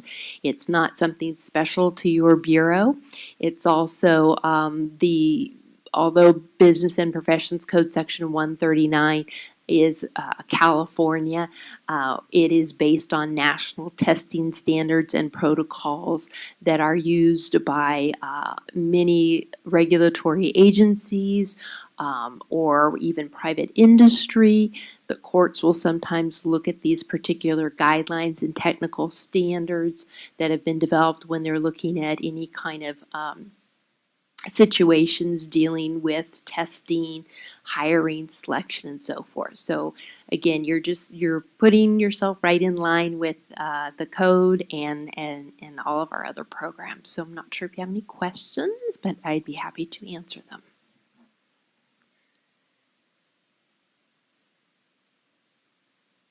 Okay, good. And I just will add too that I think that this update will be a very positive thing. Rebecca and I have had some conversations about how this can remove any barriers to licensure that may or may not be there. So we'll take a good look at that. Thank you. Any comment from the committee members? Any public comment? Thank you, Tracy. Item number 11. Rebecca, please present the status of proposed rulemakings. So we have two proposed regulations today. The first one is our inactive and retired license type. This proposed regulation is currently with the department in its internal pre-review process. After it's reviewed internally with the department and the Business Consumer Services and Housing Agency, the agency that oversees the department, it will be filed with the Office of Administrative Law. At that point is when it will be up for public comment.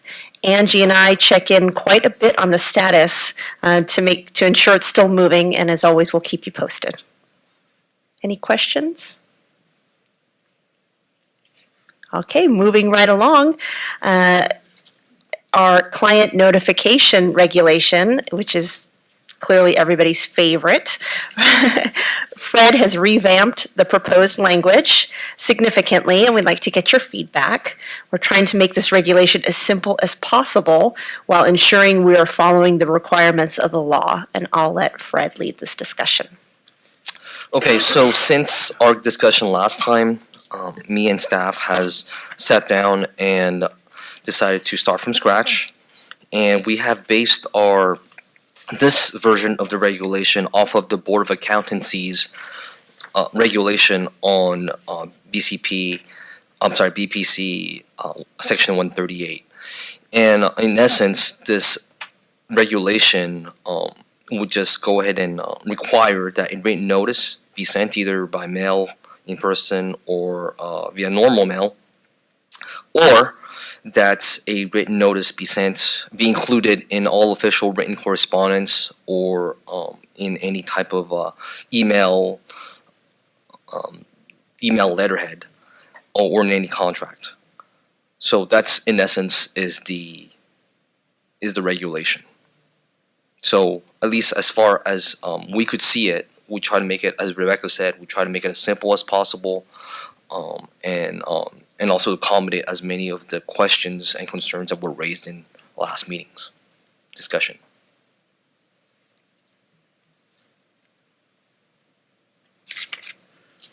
Any comment from the committee members? Any public comment? Alex. I mean Jerry. That would work as well. Maybe just a quick question. Jerry Desmond with PFAC, and to note that PFAC supports the idea of client notification as a policy, and understands the code that requires this, and the regulations are implementing that requirement, and appreciated in the previous incarnations the input members of the profession were able to provide in PFAC as well, and we were supportive of the last incarnation. So maybe just a quick question as I see this, is this one page is the entire regulation now. So it's gone to a more succinct, and we will review it, but that's the context within which we will review it and provide some timely feedback. I think one thing that's fairly new here, I see some for us to ponder, is it says if it's a client or immediately about to receive services, and that's the word "about" is about to receive is interesting to see in a regulation. But we understand it, and we'll take a look at this with greater depth and provide some good responses too. So thank you for the opportunity. Thank you, Jerry. Any other public comment? Thank you. And just a quick comment. The reason why the language immediately about to receive was in response to concern that was raised, where there's a potential possibility where some licensees may not know that they've been named as a trustee until later on down the road, and we want to make a distinction that that there is no client licensee relationship at that point, so that therefore this notification requirement would not apply to them until obviously the relationship is about to start. Okay. Thank you for it. Exactly. I need clarification. So if this, so a fiduciary gets named on a trust and we don't even know about it, so you're saying that we don't have to notify them until we actually consent to ask? That's correct. Okay, so if that's the case, then why do we have to put about to be a client? Because of the concern that was raised last time, where there was a question, well, if we just put client and you are named in a trust that you don't know about, but that may not become effective till 10 years down the road, then how are you supposed to know who you're supposed to notify? So in response to that concern, that's why this language was added. I see. But, okay, so maybe I should clarify that even if I get named on a trust, until I actually consent to ask, that person is not going to be my client. I don't consider that as a client. The language on there doesn't mean to imply that you're forced to give notification to individuals whom you don't consent to to act as a fiduciary for. At least that's not the intent of the language. I don't know if I answered your question. But I don't see anything in there that would require you to, at least compel you to give notification to someone that you do not desire or you don't know that you're supposed to give fiduciary services to.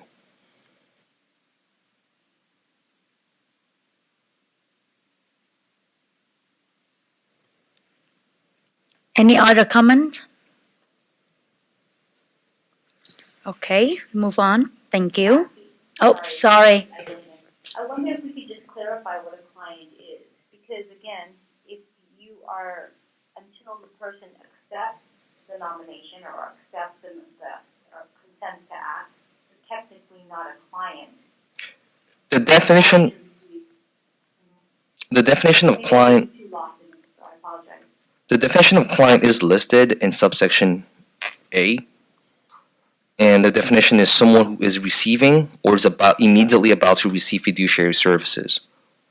So if you do not consent to give fiduciary services to someone, then that definition will not apply to that situation.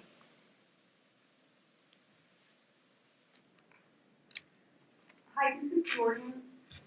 I want to ask one last time, is there a notice who is the regulator, or is it a notice that I have a license in good standing? This is a notification that says that you are licensed and regulated by the Professional Fiduciaries Bureau. So you're saying that this is a notice that I have a license in good standing, is that right? There is no mention of good standing, just as says you are licensed and regulated by the Professional Fiduciaries Bureau. It was my read initially that this was a requirement that you notify who is the regulator.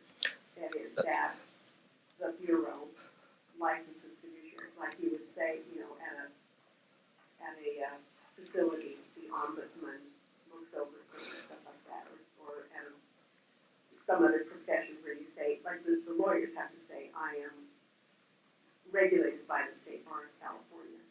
I thought initially that this law was intended to tell those with whom we deal who the regulator is, not that we are licensed. If that's the, That is a different thing. I have, Am I creating a difference or a distinction without a difference, or how do you say that? I have reread the language of Business Professions Code 138, and on there it states specifically that the licensee is to notify the client of their license status. So, It does say that? yes.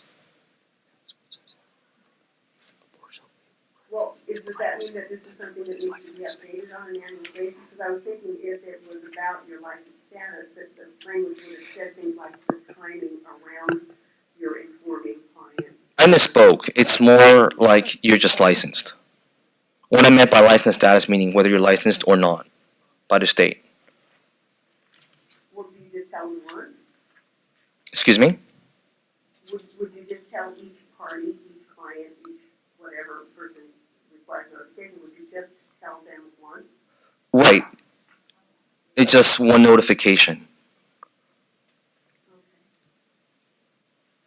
Do you have to, well, I don't want to make trouble, but I was just wondering, would you have to tell them if you weren't licensed anymore? That's not, To everybody if you didn't renew your license or if you lost your license? that, that is not what Business and Professions Code 138 covers. It just requires licensees to let their clients know that they are licensed. That they are, that the Bureau licenses them. I think No, that they're licensed and regulated by the Bureau.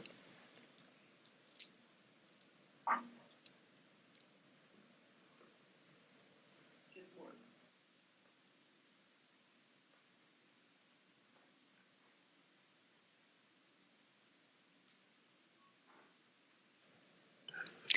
Any other comment?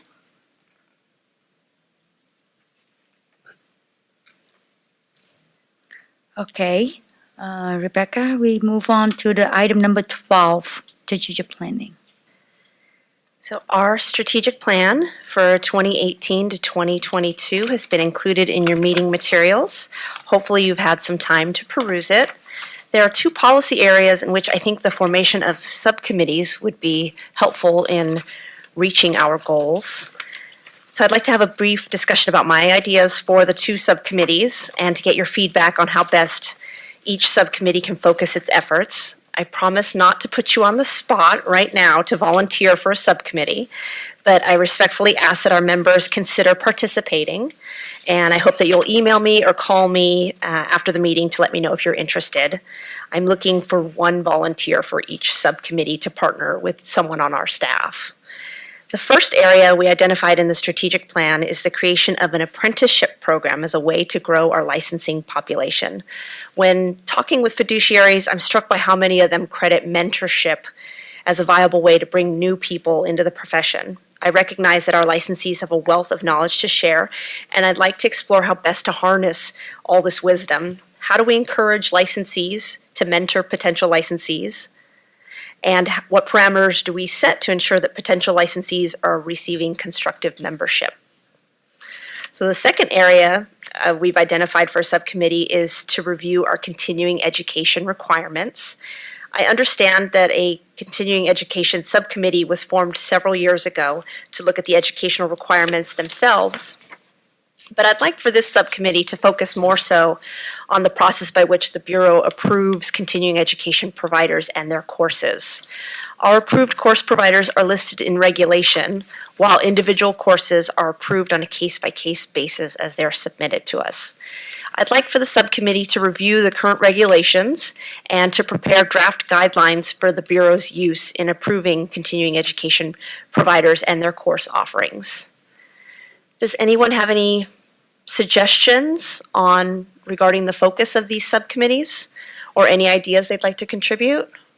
Hi, this is Jenny Chacon. I was just wondering, looking at the strategic plan, and then I know that more will be developed in subgroups, how is this all being measured, like the success, very vague, and just the whole accountability of it all? So I'm wondering what the thoughts are on that. I mean, there's really like no clear objective or timeline and how we're going to report out on the progress of the strategic plan.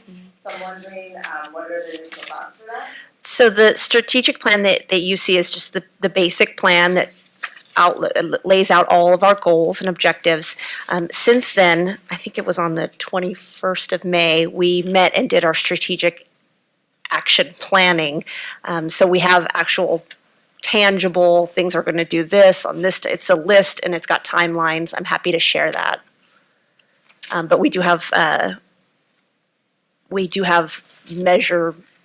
measurables that we've identified for each goal. Okay, and then how you report that back to the committee, is that also involved in there? Yeah, we can share that information for sure. Yeah, because I realized, the strategic plan is it's our public document that shows like what we want to do in the next 4 years. But we do have a more robust counterpart document to it that lists out exactly how we want to attain each goal, who's the responsible party, and by when do we want to attain these goals.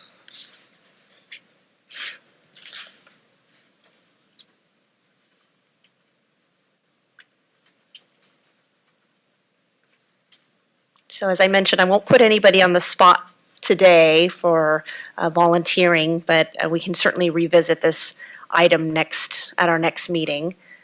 Does anybody have any thoughts about the two subcommittees? I thought I would mute for once in my life. Anyway, I would like to be on the mentorship committee. Okay. And I've been running a mentorship group for about 4 years, and I have the same people, and it's really sort of becoming a peer counseling group at this point. People are very,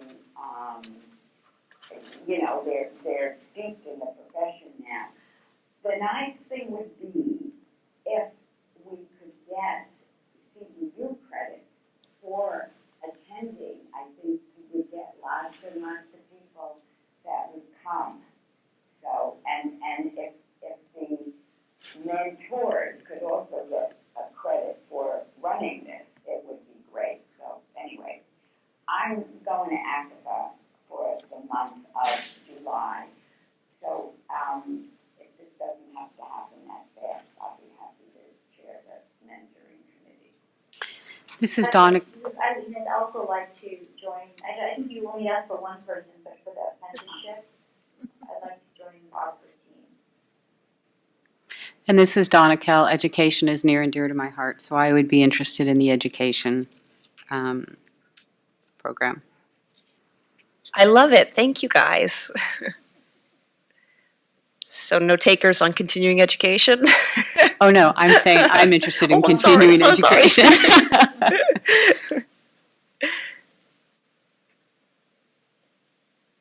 Okay, well, like I said, I didn't want to necessarily put people on the spot today, but I wanted to revisit, just to bring the idea, and then we can form the subcommittees at the next meeting in August. Any other comments, questions? Thank you. Okay, any comment from the committee members? Any public comment? Yes, Jerry? Jerry Desmond on behalf of PFAC, and I think, but just look back historically, I think PFAC would say that having these two subcommittees on these two very important subjects is something that PFAC would also support the endeavor of the advisory committee. I remember Barbara DeVries a couple of years ago, there was quite a recommendation that moved forward, and a lot of effort was into that. And I think these are consistent with a vision that PFAC has as well for the industry, which is to increase the number of participants and have a lot of communication and outreach, and proper education, proper apprenticeship is something that's endorsed by many licensed professional fiduciaries. So I think PFAC would support these two subcommittees being appointed, and whenever and however appropriate, to provide helpful input to the people in the committee, behind the scenes, so that they can do their best job. So thank you. Thank you, Jerry. Okay, any other public comment? No. Okay, now we are at item number 13. Rebecca, please start the discussion for the Bureau brochure. So hopefully you've gotten a chance to take a look at our existing brochures. As our stock starts to dwindle down, I thought this would be a good opportunity to breathe some new life into our brochures. Before we discuss each one, I just wanted to ask you to consider, do these brochures convey the information that we need them to convey? Especially since our dollars are limited, do these provide the most useful information possible for our outreach efforts? So the first one is, do you need a fiduciary? Any comments or suggestions on this one?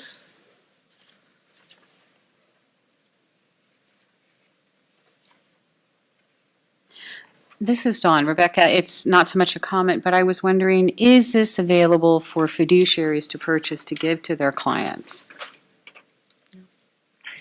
We're not able to sell the brochures. Well, They are available online, and they can be printed online, and we're actually going to look into, with the new brochures, making them a better quality print, so you could actually print them on some cardstock. And because that was the issue in trying to print them out. Okay, thank you. Kathleen Thompson, the mission statement, didn't that change? That changed, yeah. Yes, this is Rebecca. The mission statement changed, our vision changed. We've got a phone number that has changed. So it's naturally the time to update this. I'd like a more pretty font. Yeah, hi, this is Barbara DeVries. I would like a larger font. Okay. If you're giving these to elderly people, to be bigger. I think that's a great idea.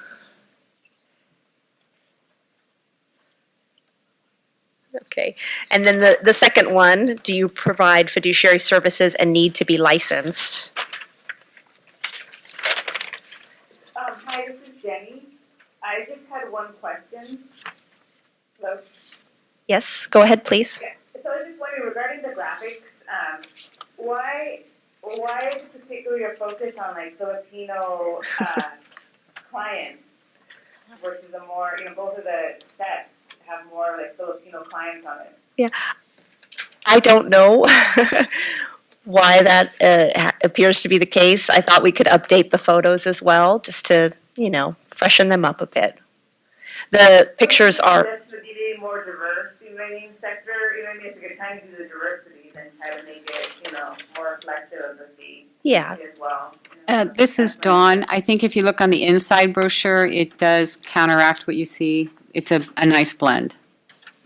Yeah, no, I heard that, but then the other one too as well, so. Just as a note, because I was here during the creation of all of the brochures, we did several different brochures and we had a bunch of pictures. So there's only certain pictures that we're allowed to use, that we have the rights to use. And then we have to make the pictures fit with whatever wording is on the brochure. So there's a lot that goes into it. And some of our other brochures may have some other ethnic groups on those brochures. And so you're not seeing the full picture just out of these two brochures. But we do try to be as diverse as possible. Hi, this is Eileen. How do we know these people are Filipino? They don't look Filipino. Pacific Islander to me, they look more Pacific Islander-ish, so, I mean, I can't say stuff.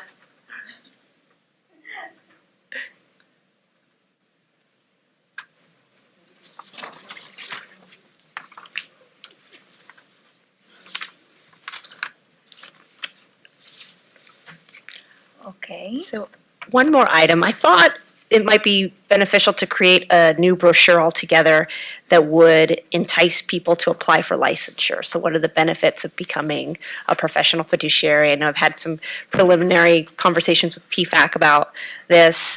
Would anybody be interested in partnering with me to work on that? Kathleen Thompson, I would be interested in doing Awesome. that. Great, thank you. Thank you. And that's all I've got. Thank you so much.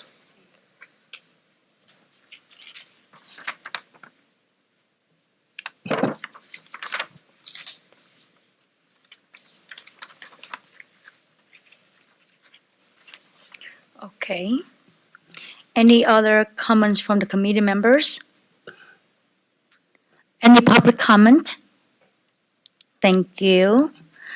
So now we are at the item number 14. So Angela, what item have you recorded from our meeting today as a future agenda items? Okay, so I have one on the statistics to add the number of applications received to our statistics. Number 2, a follow-up on Assembly Bill 2113. And then number 3, a follow-up on Assembly Bill 2750. We're following up on whose death certificate would you be able to get a spouse death certificate?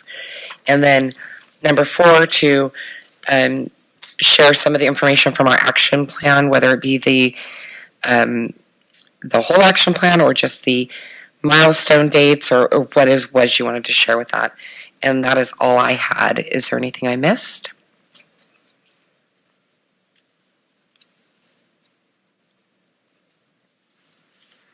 So, hi, this is Eileen. So is there any future discussion on the,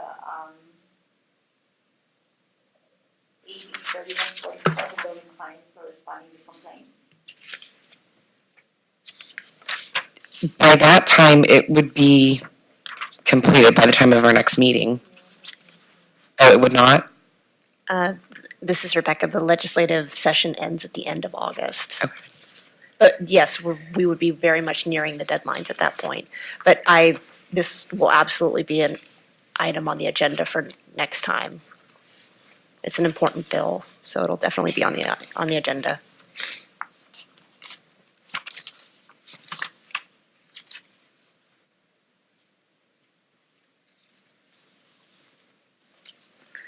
I have a question. Do we have a newsletter coming out? Yes, this is Rebecca. Our draft. The last one, I'm looking at one from 216. Yeah, no, it's I have a draft one that I'm going to be sending over to our legal office for their review by the end of this week.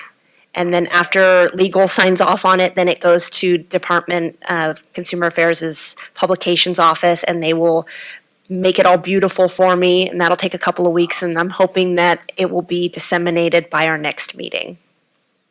Yeah, thank you. Okay. Are there any other items from the committee members would like to add?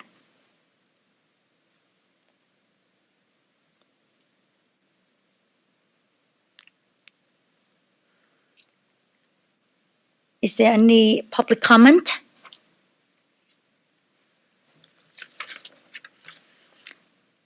Thank you. So now we are at the item number 16. The following days are scheduled for the remainders of calendar year 2018. If you discover after this meeting you do have a conflict, please contact Angela Quarter. So these are the 2 days of the entire year. Wednesday, August 15, 2018. Wednesday, November 7, 2018.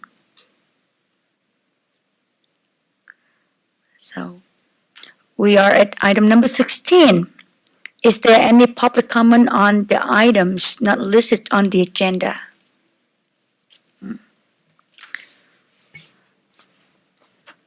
So the meeting is adjourned at 12:33 p.m.